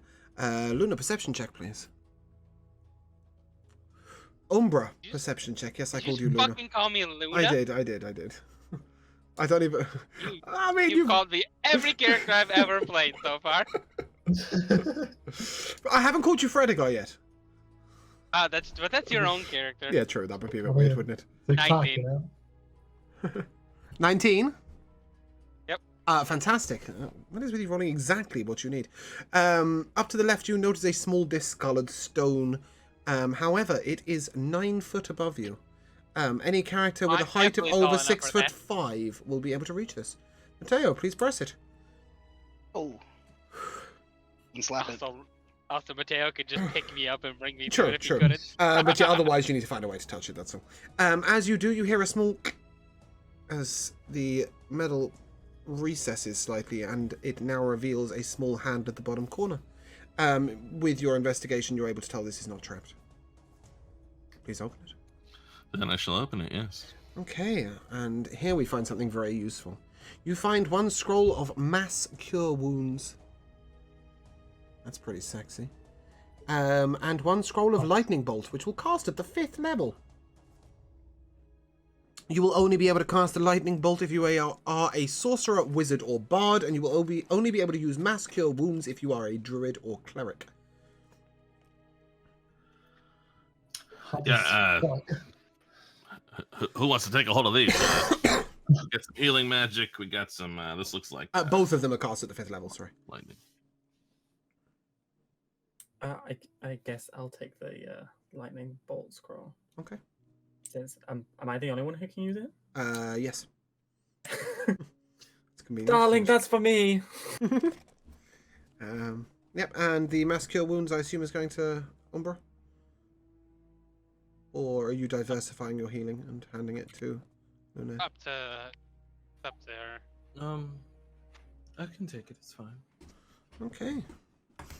As you go, as you complete this, you see down the corridor. I need a perception check, please, from Luna. Umbra. I don't know who the fuck you are at this point in time. Just make a fucking perception check. Yeah, well, that's a nat 1. Okay. Or an 8. Right. So your passive perception isn't high enough. However, it's fair to say after your previous failure, Cobblefog, you are probably still investigating around, but I need a fucking high number for this. Give me an investigation check, please.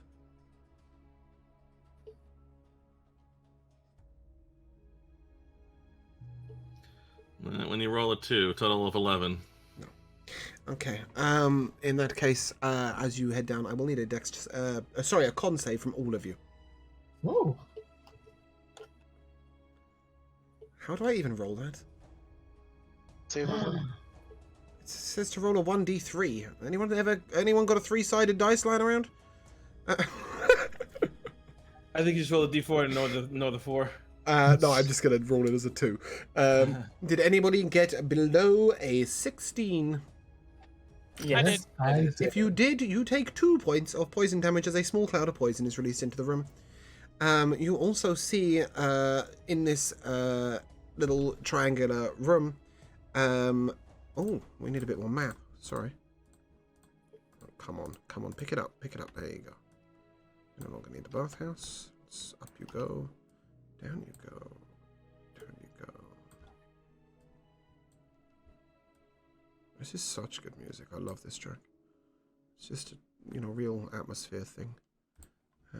We discovered it in the From the Depths, but it's really good. Okay. Each of the doors bears a carving upon them. You have one to the north, one to the east, and one to the south. And as you stepped on the small pressure plate that provoked the poison trap, briefly their eyes light up in green for the north, red for the east, and purple for the south. Can I have a religion check, please, from Cassandra?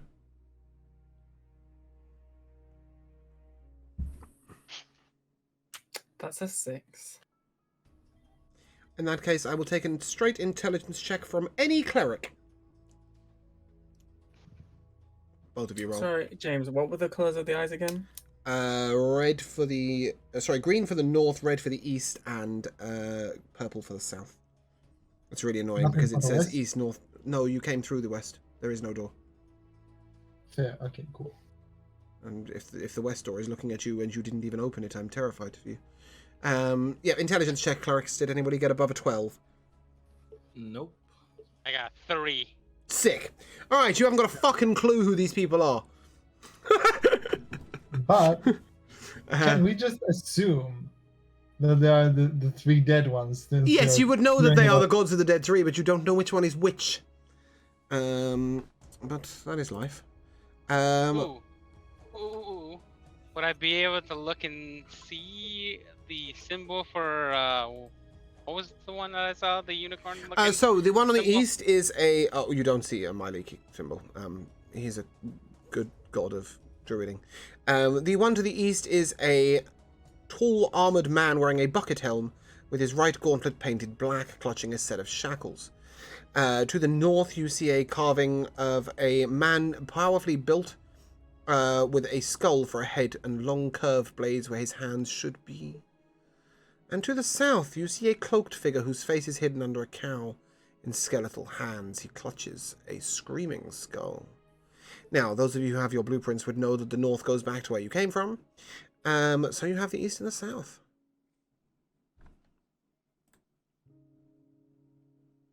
Can I see if there's anything magical about these doors? There is nothing magical, however, whichever door you go through, I will need an investigation check. But Yeah, I mean, these first of people all- have been pretty tight with some of their doors and stuff, so we want to check these carefully, take not too many risks. This door to the south obviously goes into just sort of one place, as far as we can tell. Is it worth poking in there first before we head on the longer path? As I'm well. kind of inclined to check it. Marvelous deduction skills there, darling. Okay. All right, then I'll investigate the south door. Yep, and you are able to tell that it is locked, but not trapped. And it is it is quite simply a lockpick job. Sure. I have a question. Mm-hmm.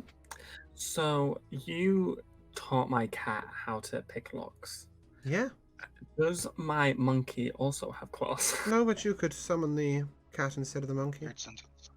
Well, I would need to however, wait an hour to cast it because I'm changing its form, right? yeah, I ruled it as unless you've got it ritual cast. Yes. Ritual cast is instant. Regardless, it also requires somebody to be proficient with lockpicking tools. And whilst I would rule that the cat is now proficient with lockpicking tools, let's not kill her here. Gobblefog. Boilers! Gobblefog! See if you Let's kill die! me instead of the cat. See if you die. All right. Well, I think it's fair to say you have a little bit more HP than the cat. That's the reason why I suggested you might be okay. A little slap Alright. of fucking guidance, Oh man, as it's per amazing. usual. All right, so I'm just gonna do regular D20 because we figured it's plus 13. You love hearing guidance Oh. every other fucking check. Okay, so 9 plus 13 is what, 22? That'll plus do. a guidance. That'll do. 22 is plenty. You need a 20. So, yep, you unlock the lock, and as you do, because you are able to do it with solely your tools, the door opens slightly, and you see a small dagger device actually in the next room. Ready to shoot the first person that comes by, and as you are so dexterous, you are able to disarm this on your way in. As you look in, you see lying on the floor of this otherwise empty room the pale bodies of 3 humans in filthy black robes, arranged in triangular formation. A lit torch lies between them. A rough-hewn staircase to the left leads down to another torchlit chamber. I will need an insight check designee, please. I've got a +4 for it. Cool. I'm I'm pretty sure Lynette is the one we're looking for, but go for it. No, she isn't actually. Never mind. I thought she was professional. I've got a +2. Yeah, I'll take it from Cassandra, please. Whose dice are famously The excellent. check? Insight. That's a 14. Fantastic. That's plenty. Oh. I have a +7 then. These- I remember how I'm Oh yeah, face sorry. fucking wisdom. These corpses are alive. They're not corpses. Okay. Should we change that? Are they asleep? You asking this out loud? Or I'm asking asking, God. God. Okay, fantastic. They are definitely playing dead, and if I can, what's your passive perception, Moon? Is it over 16? It is, right? Yes. My passive perception. No, Moon. Is right, 17, right? 17. Yeah, fantastic. You are able to see that they have strange skull-headed flails, just underneath them, where their handles are almost in their hands. Okay. Would I be able to tell if they're undead? Dead. They are not undead. This could be quite the situation. Are they human? Yes. Is there light in this area? It's dark in this area, right? There's torches lit between the bodies. How many? 3? Yeah, I'd assume so. That's weird. Yes, there are 3, but there are now 5. Okay. No, I stand corrected, Lynette. There's 5. Yes, there are 3 as per book, but I've forgotten to read the note that says, if you are running this for party members of, there are. So there are 5. Oh, so there's 5 people. There are, yes, sorry. Okay. It's just me not reading the note below before I read it out. And a torch for each. No, there is 1 torch in the center, and, well, apparently they're arranged in triangular fashion, so I guess 2 of them are doing head to toe. I haven't got a clue. Maybe they're in the shape of a house.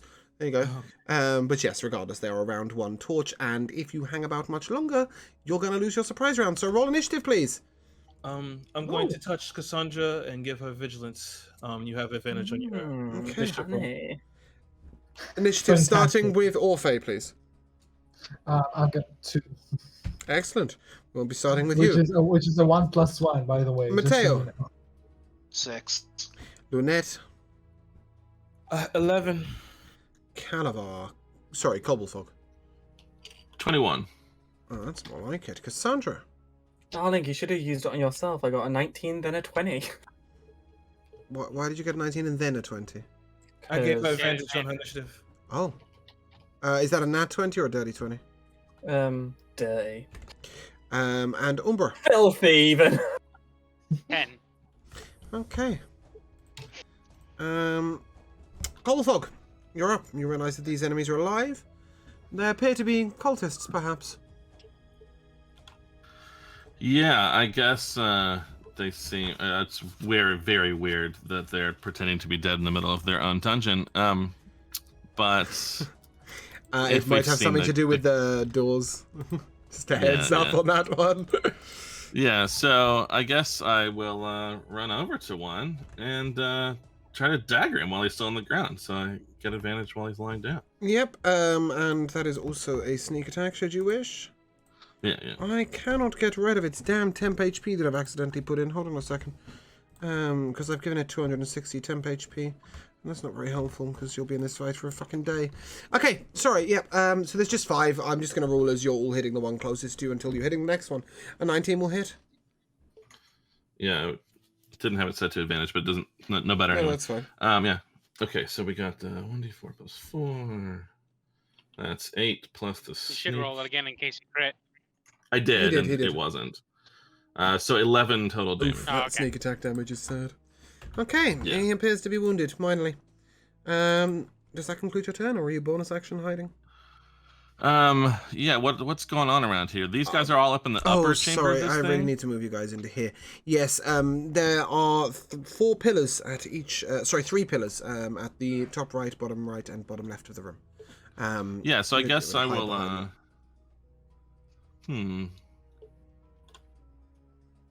Yeah, I'm just gonna. I guess even laying down, he could swipe back at me. So I will use my bonus action disengage and pop down the stairs. Just onto the stairs. Onto to the where I stairs, hopefully yes. can hide, but to where I can sort of pop up next time. Maybe I can Make a hide at the beginning of my perception turn check. next time. Sure. which is never good, but let's see here. No, that was not the right thing. Oh, it's the same bonus though, so it's a 7. Okay, even with a 7, this is enough. As you hop to the stairs, you look down and see one slightly more frightening-looking red-robed figure, but with his back to you at the bottom of the staircase. Yes, don't jump too far down there. But he doesn't seem to have noticed you yet and hasn't apparently heard the sounds of battle. Fuck knows what he's doing. Cool. Does that conclude your turn? Yes, it does. Cassandra, you're up. I think he's got AirPods in. Oh, actually, it is explained. Sorry, So just to go back to that. You see that he is in the process of casting a ritualistic magic. He appears to be in communion with some kind of god or demon. Cassandra, you're up, sorry. okay, so I'm gonna attack one of the 3. I Yeah, I'll guess. just have you attacking the same one. There are 5, though. I know I said 3 originally, but there are 5. Okay, cool. Does a 24 hit? It does. If I said no, what the fuck would you do? I'd say fuck you. Just run. Go on. So she is gonna unsheath her rapier, and a pink, although the spell says green, flame envelops my blade. I'm gonna slash at said cultist, dealing 11 damage, and the pink flame is gonna bounce to a cultist next to it, dealing 4 damage. Nice. The one you hit originally seems to be majorly wounded. Is that a spell or a cantrip? It's a cantrip. Okay, cool. Does that conclude your turn? It does. Why do you ask? We'll find out in a minute. Lunette, you're up. Okay, this torch is a small torch or a large torch? Just a small torch.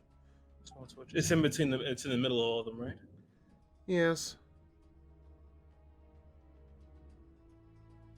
Hmm.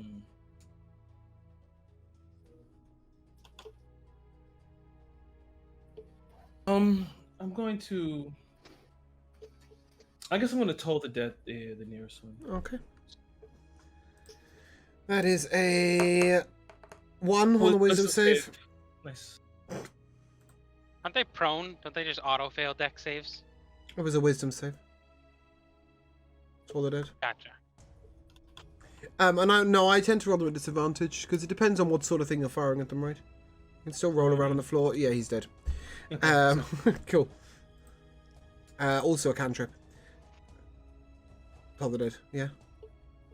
Yes. Just clarifying so that somebody doesn't correct me in a minute. Does that conclude your turn? Yes, it concludes my turn for now. Umbra, you're up. Did that guy that he just told the dead die? Yeah.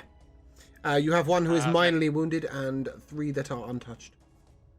And I'm going to Sacred Flame, the one that got wounded. Yep. Go ahead and... Oh, that's not a roll to hit, is it? Never mind. No. He got a 10 on his save. So... 5 damage. Cool.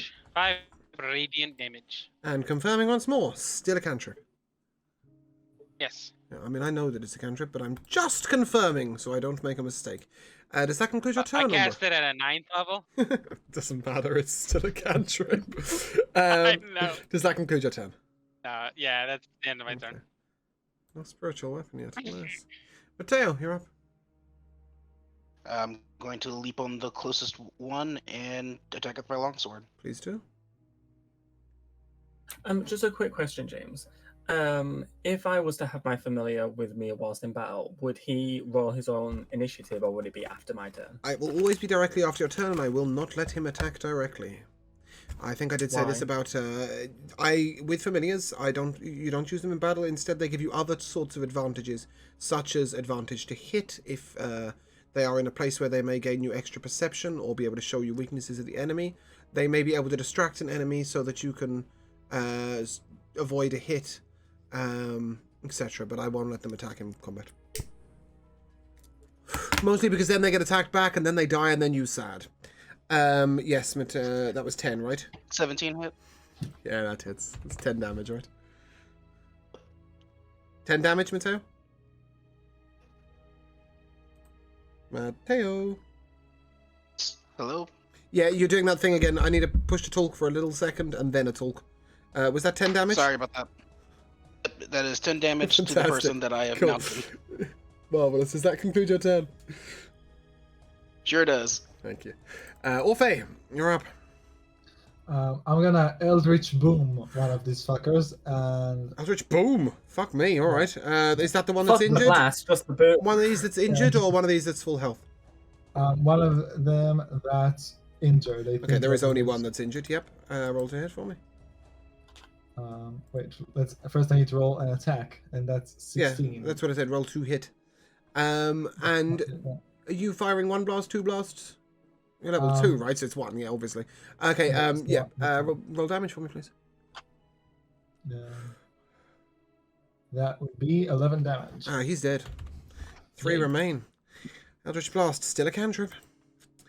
Still a cantrip. Caliber. And I would Sorry, like go to. on. I feel like you're trying to if I- tell us something.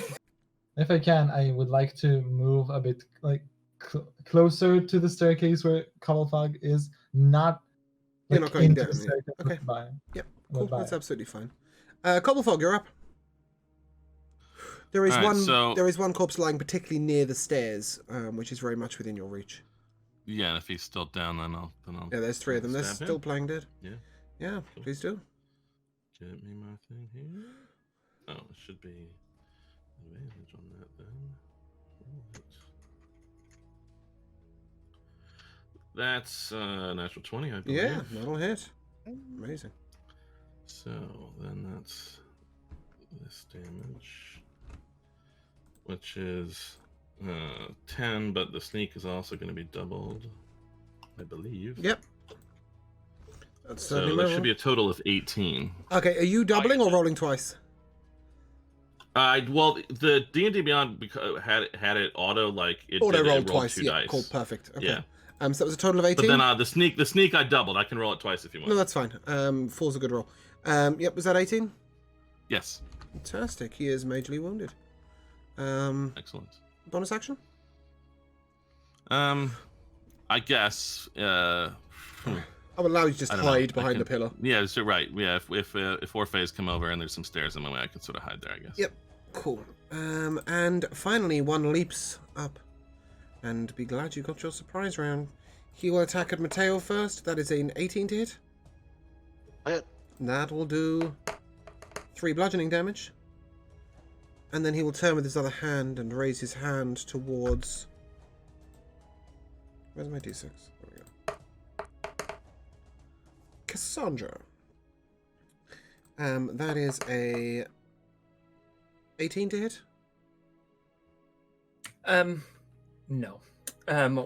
With a flurry of my hand, I raise a pink shield, increasing my AC to 21. Fantastic. Can you do me a favor, by the way? When you cast Mage Armor, if you click on your armor, and then you go to your Customize button, and it says Override Base Armor plus Dex, and just type in the Mage Armor. I think it's 13, right? Just so that I see your base armor class change. But regardless, that's absolutely fine. And it is now your turn. Sorry, did that make any sense, Josh? Yes? No? Josh? I just changed it to 17. Okay. Oh, you just overrode the whole thing? Okay, that's fine. Cool. Yep, Cassandra, your turn. Okay, well, since God keeps talking about cantrips, I'm not going to do that again. I guess I'll just slash with my rapier. No, ignore what God said. So far, you've managed to cast cantrips and haven't had a problem. Carry on. God's looking for For spells. now. But with an A. Listen to that's- your Umbra. She's wise. With an A, I'm probably not hitting anything anyways. No, you're not hitting with an 8, I'm afraid. Goddamn meta pigeons. Does that conclude your turn? It does, yeah.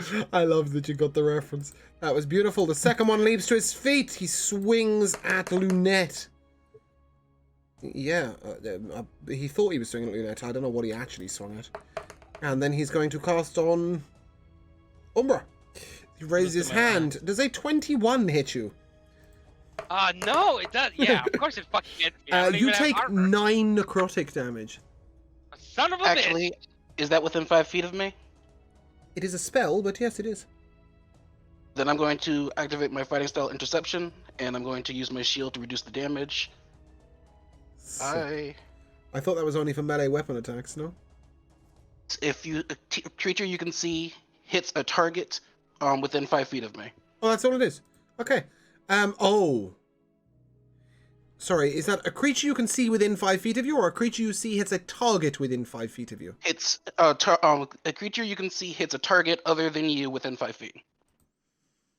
Sorry, I misunderstood you. No. You are next to the enemy, you are not next to Umbra. Sure. Sorry. Otherwise, Umbra's going to get smacked with flails, and we don't want to see that happen.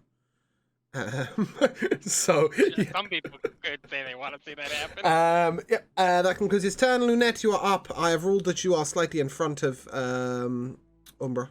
So all of you are, 4 of you are in range, but Umbra and Orphe are at the door and are slightly out of range of melee attacks. Okay. Is the door still open at this point? It is. All right. I want to grab the torch and toss it out of the room so it goes dark. As you do. You, most specifically, who hid there? Oh wait, was it? Who walked across the room? I know Cobblefuck went to the stairs. It was Joe. It was Joe, wasn't it?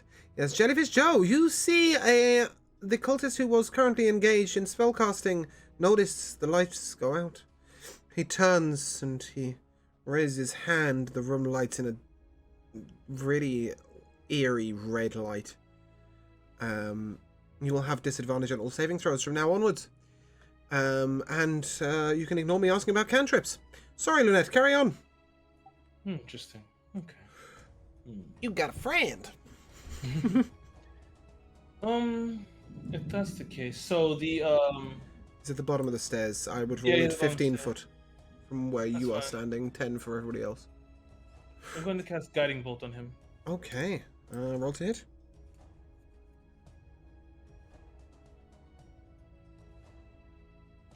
Uh, 11. No, sorry. You're not sorry. However, you were going to wake him up with Guiding Bolt anyway, so does that conclude your turn?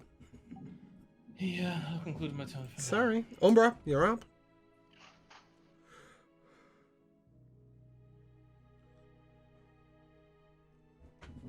Umbra. Sorry. It's your turn. Uh, Did you get the damage I dealt to you? yeah, 9. Okay, lovely, cool. Your turn. There's still a damage guy, yeah? Yes, there is a majorly wounded, one of these 3 black-robed cultists. There is now a red-robed cultist standing at the bottom of the stairs, looking like he's got some magic power to him. And there are 2 full health. Sacred Flame damage guy. Okay, he will roll a 6. So that's 5 damage. 5 damage. Cool. Then I'm gonna bonus He's action healing just word myself. alive. Okay, fantastic. Can I just take note of the healing? Oh, 6. Nice. Does that conclude your turn? Yes. Okay. Yes, it does. The last of the black-robed creatures jumps up and swings at Mateo, misses with his flail, and then immediately casts on you. That is 18 to hit. That will deal 10 necrotic damage. Oof. Alright. Your turn. Would you like to hit him back? You have one very, very wounded cultist and 2 full health ones. I'll try to take out the wounded one then. Yep.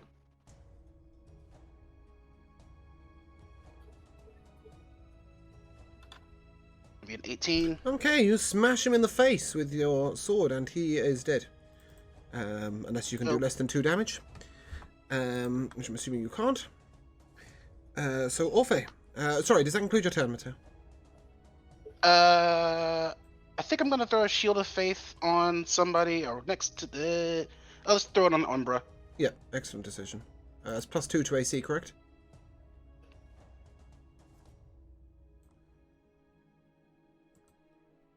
That'll end my turn. +2 to AC on Shield of Faith? Yeah, it's +2 Cool, to AC. thank you. Ulfe, you're up. You have Um, 2 full health black-robed cultists and a red-robed cultist, also full health. Bottom of the Yeah. stairs. Right in front of your face. Yeah, I would like to attack the red-robed cultist. Mm-hmm. And I'm gonna use guiding bolt on him. Okay. Gonna use an actual spell this time around. Yep. Rolls a hit for me. 23. That'll hit. So he will take 14 radiant damage. That is a big hit. He staggers backwards as he's hit, but then resumes his normal stance. You got anything else for me? Let's see. First of all, the next attack roll made against this target. I know. Advantage. Yeah. Advantage. Sadly, it's not going to roll matter, that. but yeah. Probably not. And that's it for now. Okay. He looks over towards you guys, and you will need to make a strength saving throw, please. Orphe and I will say Cobblefog hid. So Orphe, Matteo, and Cassandra, please. Those of you who What am entered I melee rolling, range. sorry? A strength saving throw, please. Yeah, that's a 5. That's a 12. Okay. And Matteo, 15. a 13. 15. Okay. And Matteo, you take no damage. The rest of you take 2 necrotic damage as black tentacles come out of him and swipe at you all. Those of you who failed, so Orphe and Cassandra, you are pushed back 10 foot. You are now against the wall on your right. Sexy. And that brings us to Cobblefog. Well, if I can get my cat to stop bumping his head into the microphone here. Let's see. So that guy down there still has the guiding bolt on him? Yes. I mean, I know God said it wasn't going to matter, but Well, it Cobblefog- will matter if you're going to hit. If yeah, so, I mean, I you're want hidden. advantage on things. You're hidden, so you'll I have will- advantage anyway. That's my point. That's why it wasn't going to matter. Oh, right. Yeah. I see. Nevertheless, I would like to crossbow. Stab a fucker. Oh, you're going to crossbow a fucker. I love Yeah, it. I think I'm far enough now. Like if he's Yeah. down there. And Yeah, I'm yeah, sort of definitely. So you swung step around the top. slightly around the wall and down you aim. Yeah. So yeah, you will have And- advantage. Advantage. Roll that. That'll be a 22. That'll hit. So that is 11 plus the sneak. Where's the sneak attack thing? I don't know why this. Oh, I hate how you scroll in 2 different places on D&D Beyond. Yeah. All right, so that's a total of 15. He's dead. Nice. Fantastic. Good work.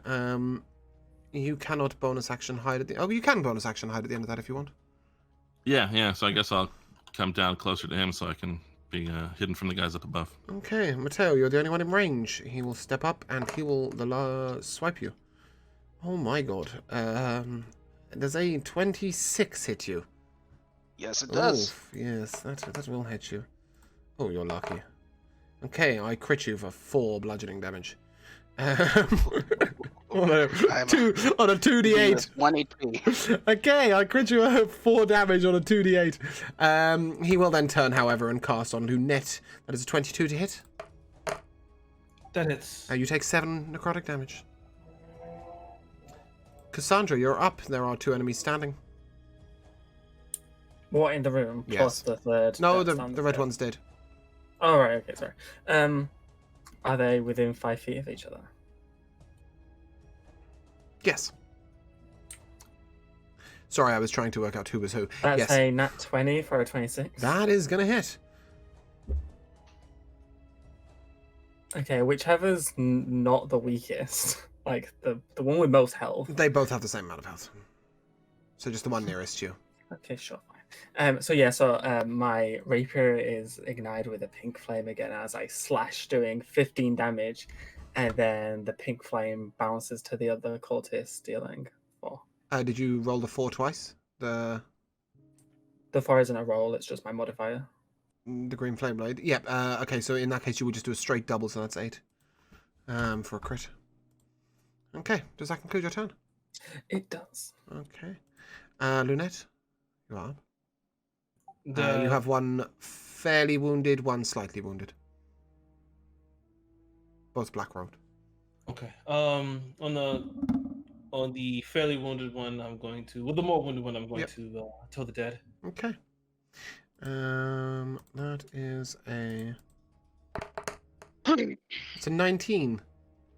Oof. That's a nat 20.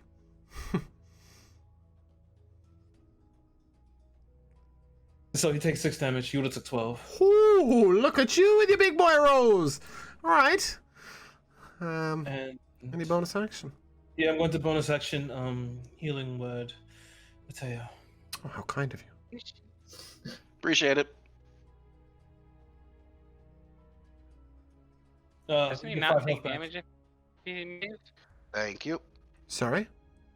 Doesn't Does he he? not take Wait, is damage if it he no? makes a save? Is it no? Hold on, I'm sorry. Yeah, it's not half damage for cantrips. You missed. Yeah, he's right. It's just habit, that, Yeah, isn't it? it's weird. I play a lot of clerics. Yeah, he plays a lot of cleric. Yeah, Toll the Dead is straight off no damage. If you miss, I'm I afraid. love you, Kira. That's all good. Yeah, it's a weird one, right? When the fuck did Toll the Dead do that shit? Because the reason why it's always confusing is because you see the 1d8 and then below that it says blah blah blah blah blah d12. So you assume that it does damage either way, but it's actually to do with whether it's Yeah. damaged or not, right? Oh no, it just doesn't say anything. It doesn't say Yeah. if they take half or not. No, yeah, it's in that situation, it is unfortunately a 0 damage. Does that conclude your turn? And I'm really sorry, I didn't catch the healing on Mateo. How much was it? It's 5. Thank you.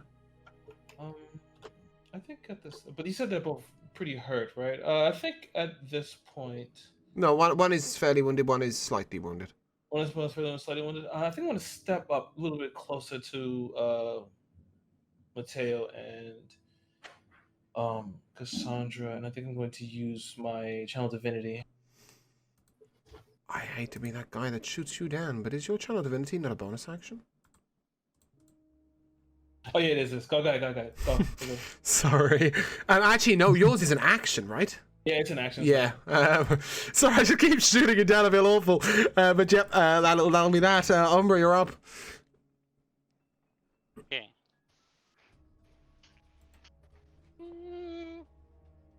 Or doesn't like anything going on here.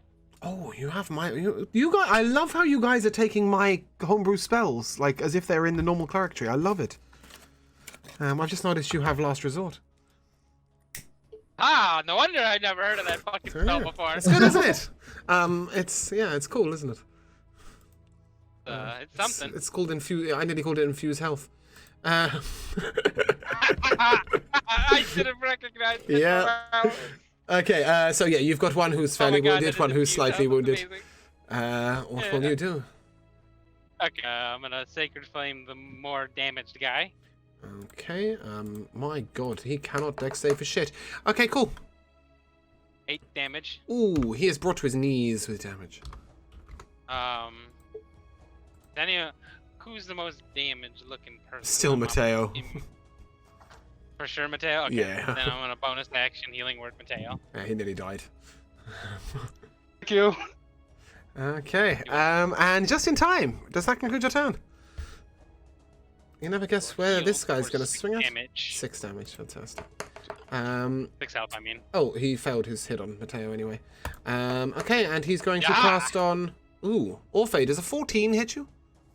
Unfortunately, it does. Yeah, I thought it might. Oh shit, have I just killed you? You take 11 damage. Oh yeah, it's time, ladies and gentlemen. It's time. Wait, no, that's impossible. You have forgotten to roll... No, you haven't. No, it'll just knock him down, right? It won't kill him. He's Yeah, but- unconscious. Well, have you taken damage this fight? You only took Yeah. 2, right? I took 4. 2 from the poison and then 2 from the The trap! I forgot about that. How exciting, you're dead. Bye! Unconscious. Anywhere near Orphan? He's dead. No, he's unconscious. Yeah, with my track record, I'm as good as dead. So, Matteo, Wow, upon that seeing your lasted all of companion 2 fall, sessions. you see one on his knees, looking like he's nearly dead, and one looking fairly healthy, and he's just killed your friend. I know I should attack the nearly dead guy, but I'm gonna go after the guy who just put down Orphe. Yeah, no, I don't think you should attack the nearly dead guy at all. Yeah, go swing.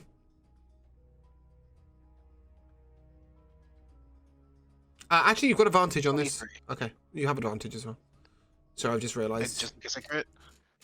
Yeah, you have advantage. Exact same number. This is a weird one because he is attacking you, but he also happens to be right next to the hiding cobble folk. So I'm going to give you advantage on it. It's a 23 either way, right? Yeah, So, I appreciate that. I mean, and this is technically, also I think gonna it's get him my that's flanking. might. But yeah, beautiful. Fucking Is kill the him, red that's light it. still active? No, Still it up? disappeared. So it's dark in the room then. You can't see, right? It's dim. 6 plus. They can see, unfortunately. Sorry, 6 damage? Yeah, 6 damage. Divine Smite's gonna be. Oh, you're a fucking paladin? Yeah, he's a paladin. I like, actually, Matteo, this is the first time you've done anything outside of I 11. hit him with my weapon. Okay, he's I fucking threw out a dead. shield earlier. He's fucking. Oh, you did throw out a shield, didn't you? Yeah. That's Yeah. right, He's murdered. Mateo sees Orphe go down, turns around, raises his sword to the sky. You hear a distant crowd cheering, and he just brings the down, slicing the guy in half. Beautiful. Any autograph pamphlets for him? Nah, that's okay. Orphe, saving have death another saving one yet? throw, please. That's extra. He also doesn't have one. Oh, I keep track of who's got my pamphlets. Orphe, death saving throw, please.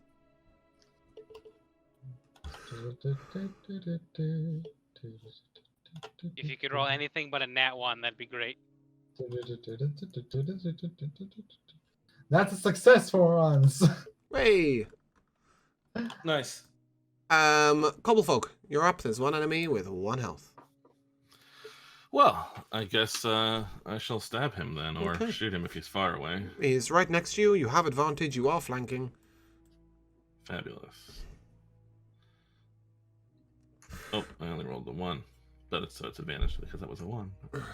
Oh, a 1 and a 2. I can't hit him. A total of 8. Oof. He looks to you and from his knees. Oh, sorry, you bonus action hiding? Yeah, I guess so. Okay, he won't look at you. Didn't know what I was doing after that horrible failure. Oof, Just I'm not thrown doing off. that. I'm not doing that. Let's roll that again. That's Who are you just killing? fucking cool. Okay, right, it's determined. I've rolled 3 in a row. He's going to raise his hand and he's going to cast on Joe.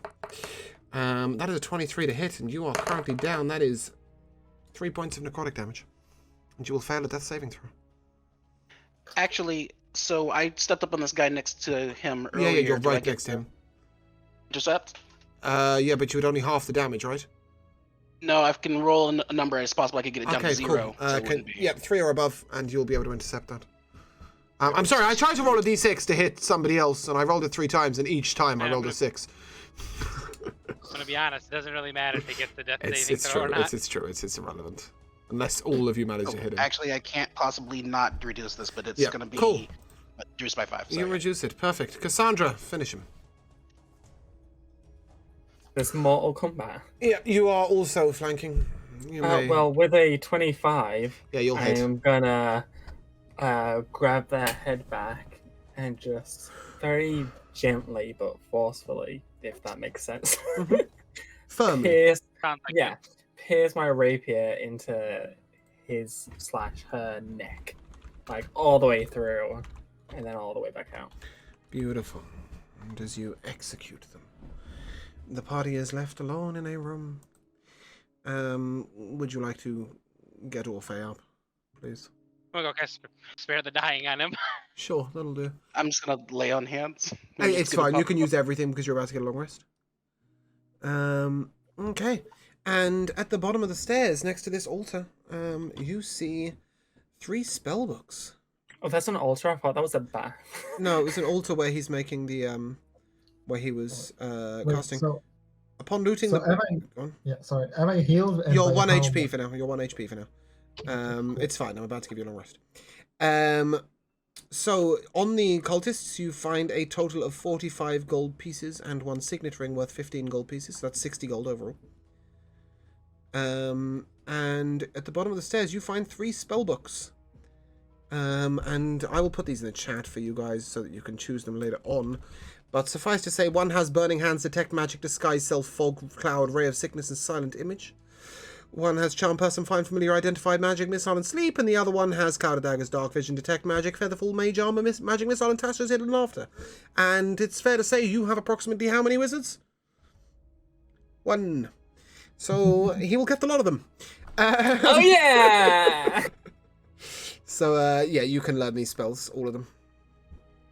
Over the course of a long rest, I will allow you to choose 1 from each book.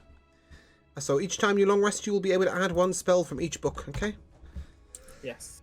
Reading 3 books at the same fucking time.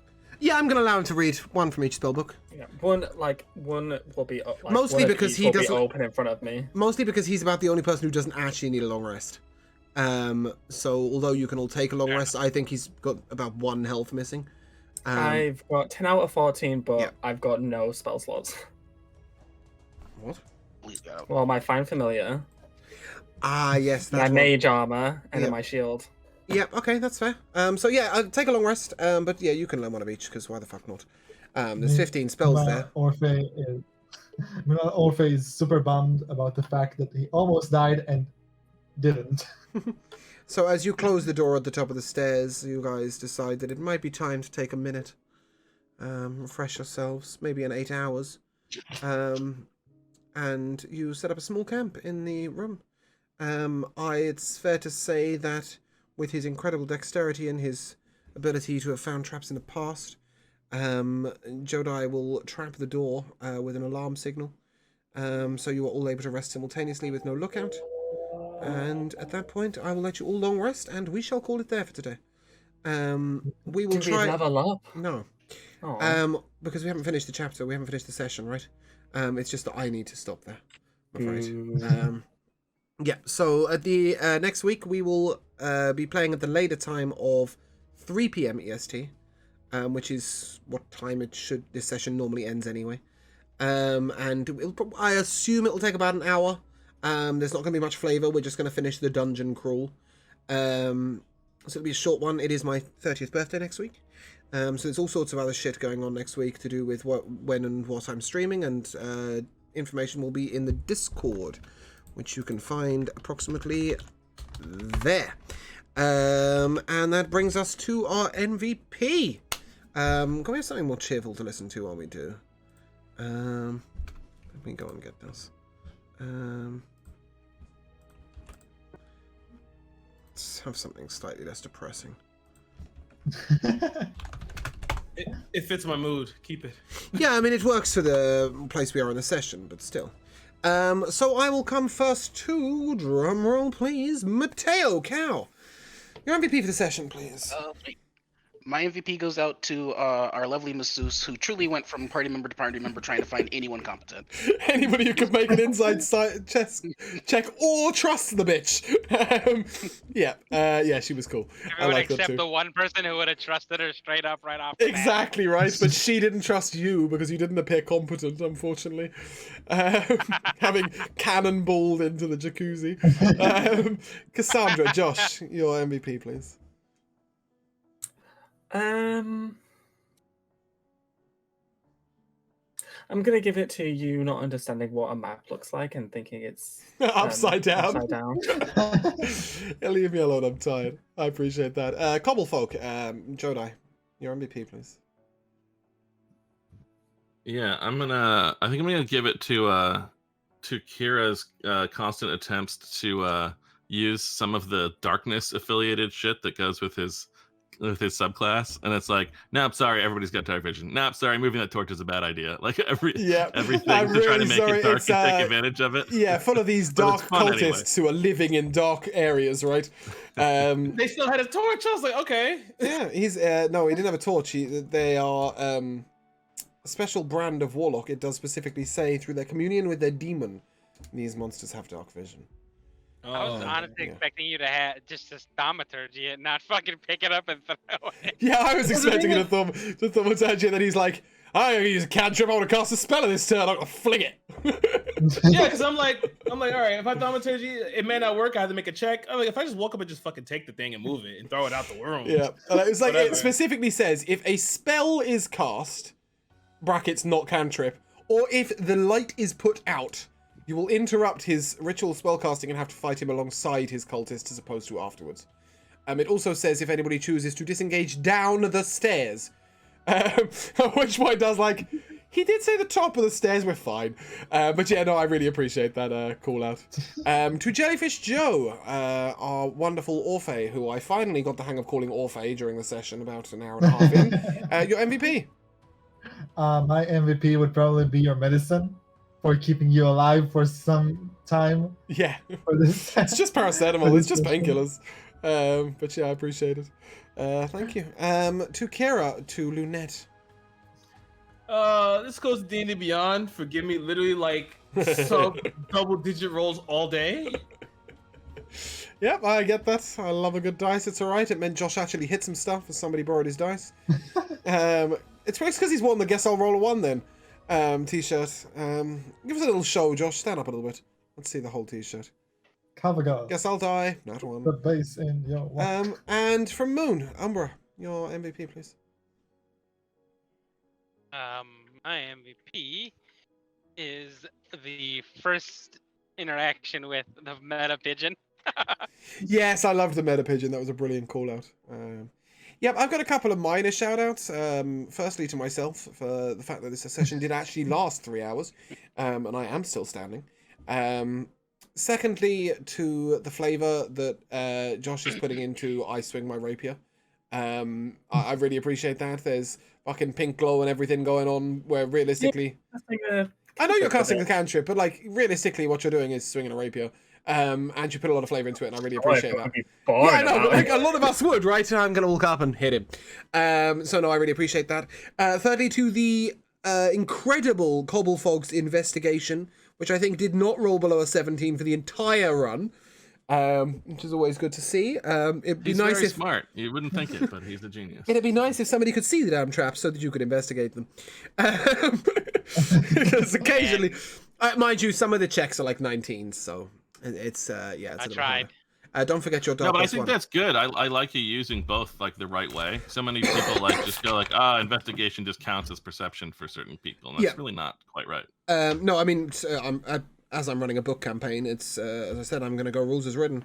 Because often I would say you can walk along investigating the floor as you go, and say, you know, sure, you investigate it, you find the trap, and you are able to work out what it is. But I like this whole, nope, you didn't see it, you can't disarm it. It's very nice. Are you okay there? Do you want to say hello? Apparently you want to say it out loud. This is Kalia. She's very sweet, and she's very hungry. So, yes, That's hello. technically how investigation should work. Yes. You're picking Yeah, names, yeah, I certain like it. spots, Yeah, I mean, not everything. exactly, you know, you're not moving every floor tile, are you? No one's got time for that shit. But my true MVP goes to Umbra's interactions at the bathhouse. First of all, for cannonballing in, that was just beautiful. But my true MVP goes to you seeing how many towels you could stack up in a row, and then me rolling that you stacked them too high, you couldn't see a thing, and you knocked off a priceless vase. I quite enjoyed that. I let you do it the way you described it, but my thought was I just ran up and just stuck my arms out as big as I could and just grabbed as many as I fucking could. I don't think my face. I was like, you know what? I like what he's doing. Yeah. Fuck it. But also, yeah, just again, my MVP goes to the book. I mean, well, more specifically, Kaisun's editions. That is where you got all the flavour of the bathhouse. It gives little descriptions in the book, but the annotations have like all the perfumes, the music going on, the Shaoshang dulcimer, the description of the masseuse is there, but the fact that instead of just giving you the key, she actually sort of whispers into your ear and tries to persuade you to let her in, and gives you the moment to redress your armor in peace, that sort of stuff, is all coming from the notations, and they're brilliant. So real credit to whoever wrote those. I don't know who it is. Unfortunately, the author's not credited. But yeah, absolutely brilliant work. Right, we are going to end it there. I would say I'm going to bed, but I'm probably going to play Civ 5. So we will be raiding. How do I do that? I do that with this button. Sorry, I'm just going to check something actually before we do. In the meantime, if you want to catch previous episodes, you can find us at the YouTube there. If you wish to find me on TikTok, I now have one. Highlights from YouTube episodes will be uploaded there. It's Eleanor197 Live. I don't have a command for it yet because I suck. And you can also find those highlights posted out on the Twitter every day if you are not with it. Yeah, sorry, no Twitch interactions when in this campaign at early levels, because frankly, it is so tight for them surviving that a Twitch tag could be the difference between them living and dying. I should have left on some of the flavor items and stuff, though. I kind of forgot about that. So I'll make sure those are up. But yeah, I mean, literally, that 1 damage would have been the difference between you having 1 person down and 2. And if they had have hit Cassandra with the spell, she would also have gone down. So, you know, it's really quite tight. So that's why we don't do that. So grab your sub-raid, grab your raid call. We will be raiding Asgard's DND Adventures. No, we won't. They're about to end. We'll be raiding Zakiwak. Zakiwak is the DM for SAS. If you don't know who the SAS are, they're the Secret Adventure Society. If you like Critical Role, if you like other sort of more show style D&D, where they really get into character, they are phenomenal role players. They're super serious about it. It's every Wednesday. It's on Loch Ness's channel, which I will shout out. Oh, it's all there. All the information's there. Or you can catch up on it on the YouTube channel. They also do a really cool wrap-up system, which I wish I was clever enough to do, but I don't. So a couple of their members spend about 10 minutes giving a recap on the session. So you can watch a series of 10-minute episodes and catch right up to the current episode. So yeah, please send them your love, and I will see you guys. What day are we on? Anybody? It's Friday, Saturday. Saturday. Okay, I will see you guys at 10 a.m. EST for Milton, followed by tomorrow evening, 4 p.m. EST. We'll be playing games with viewers. If you want to come along, play some Pictionary, play some whatever the thing is called, Jackbox. Do some Among Us, probably play golf with friends, all that sort of stuff. Come hang out, come have fun, can have a bit of a laugh. I believe we are also celebrating, which is nice. We just hit 350 followers, so thank you very much for your support, and we'll see you guys soon. If you guys would like to say goodbye. Goodbye. Thank you so much for playing. Thank you so much for watching. See you soon.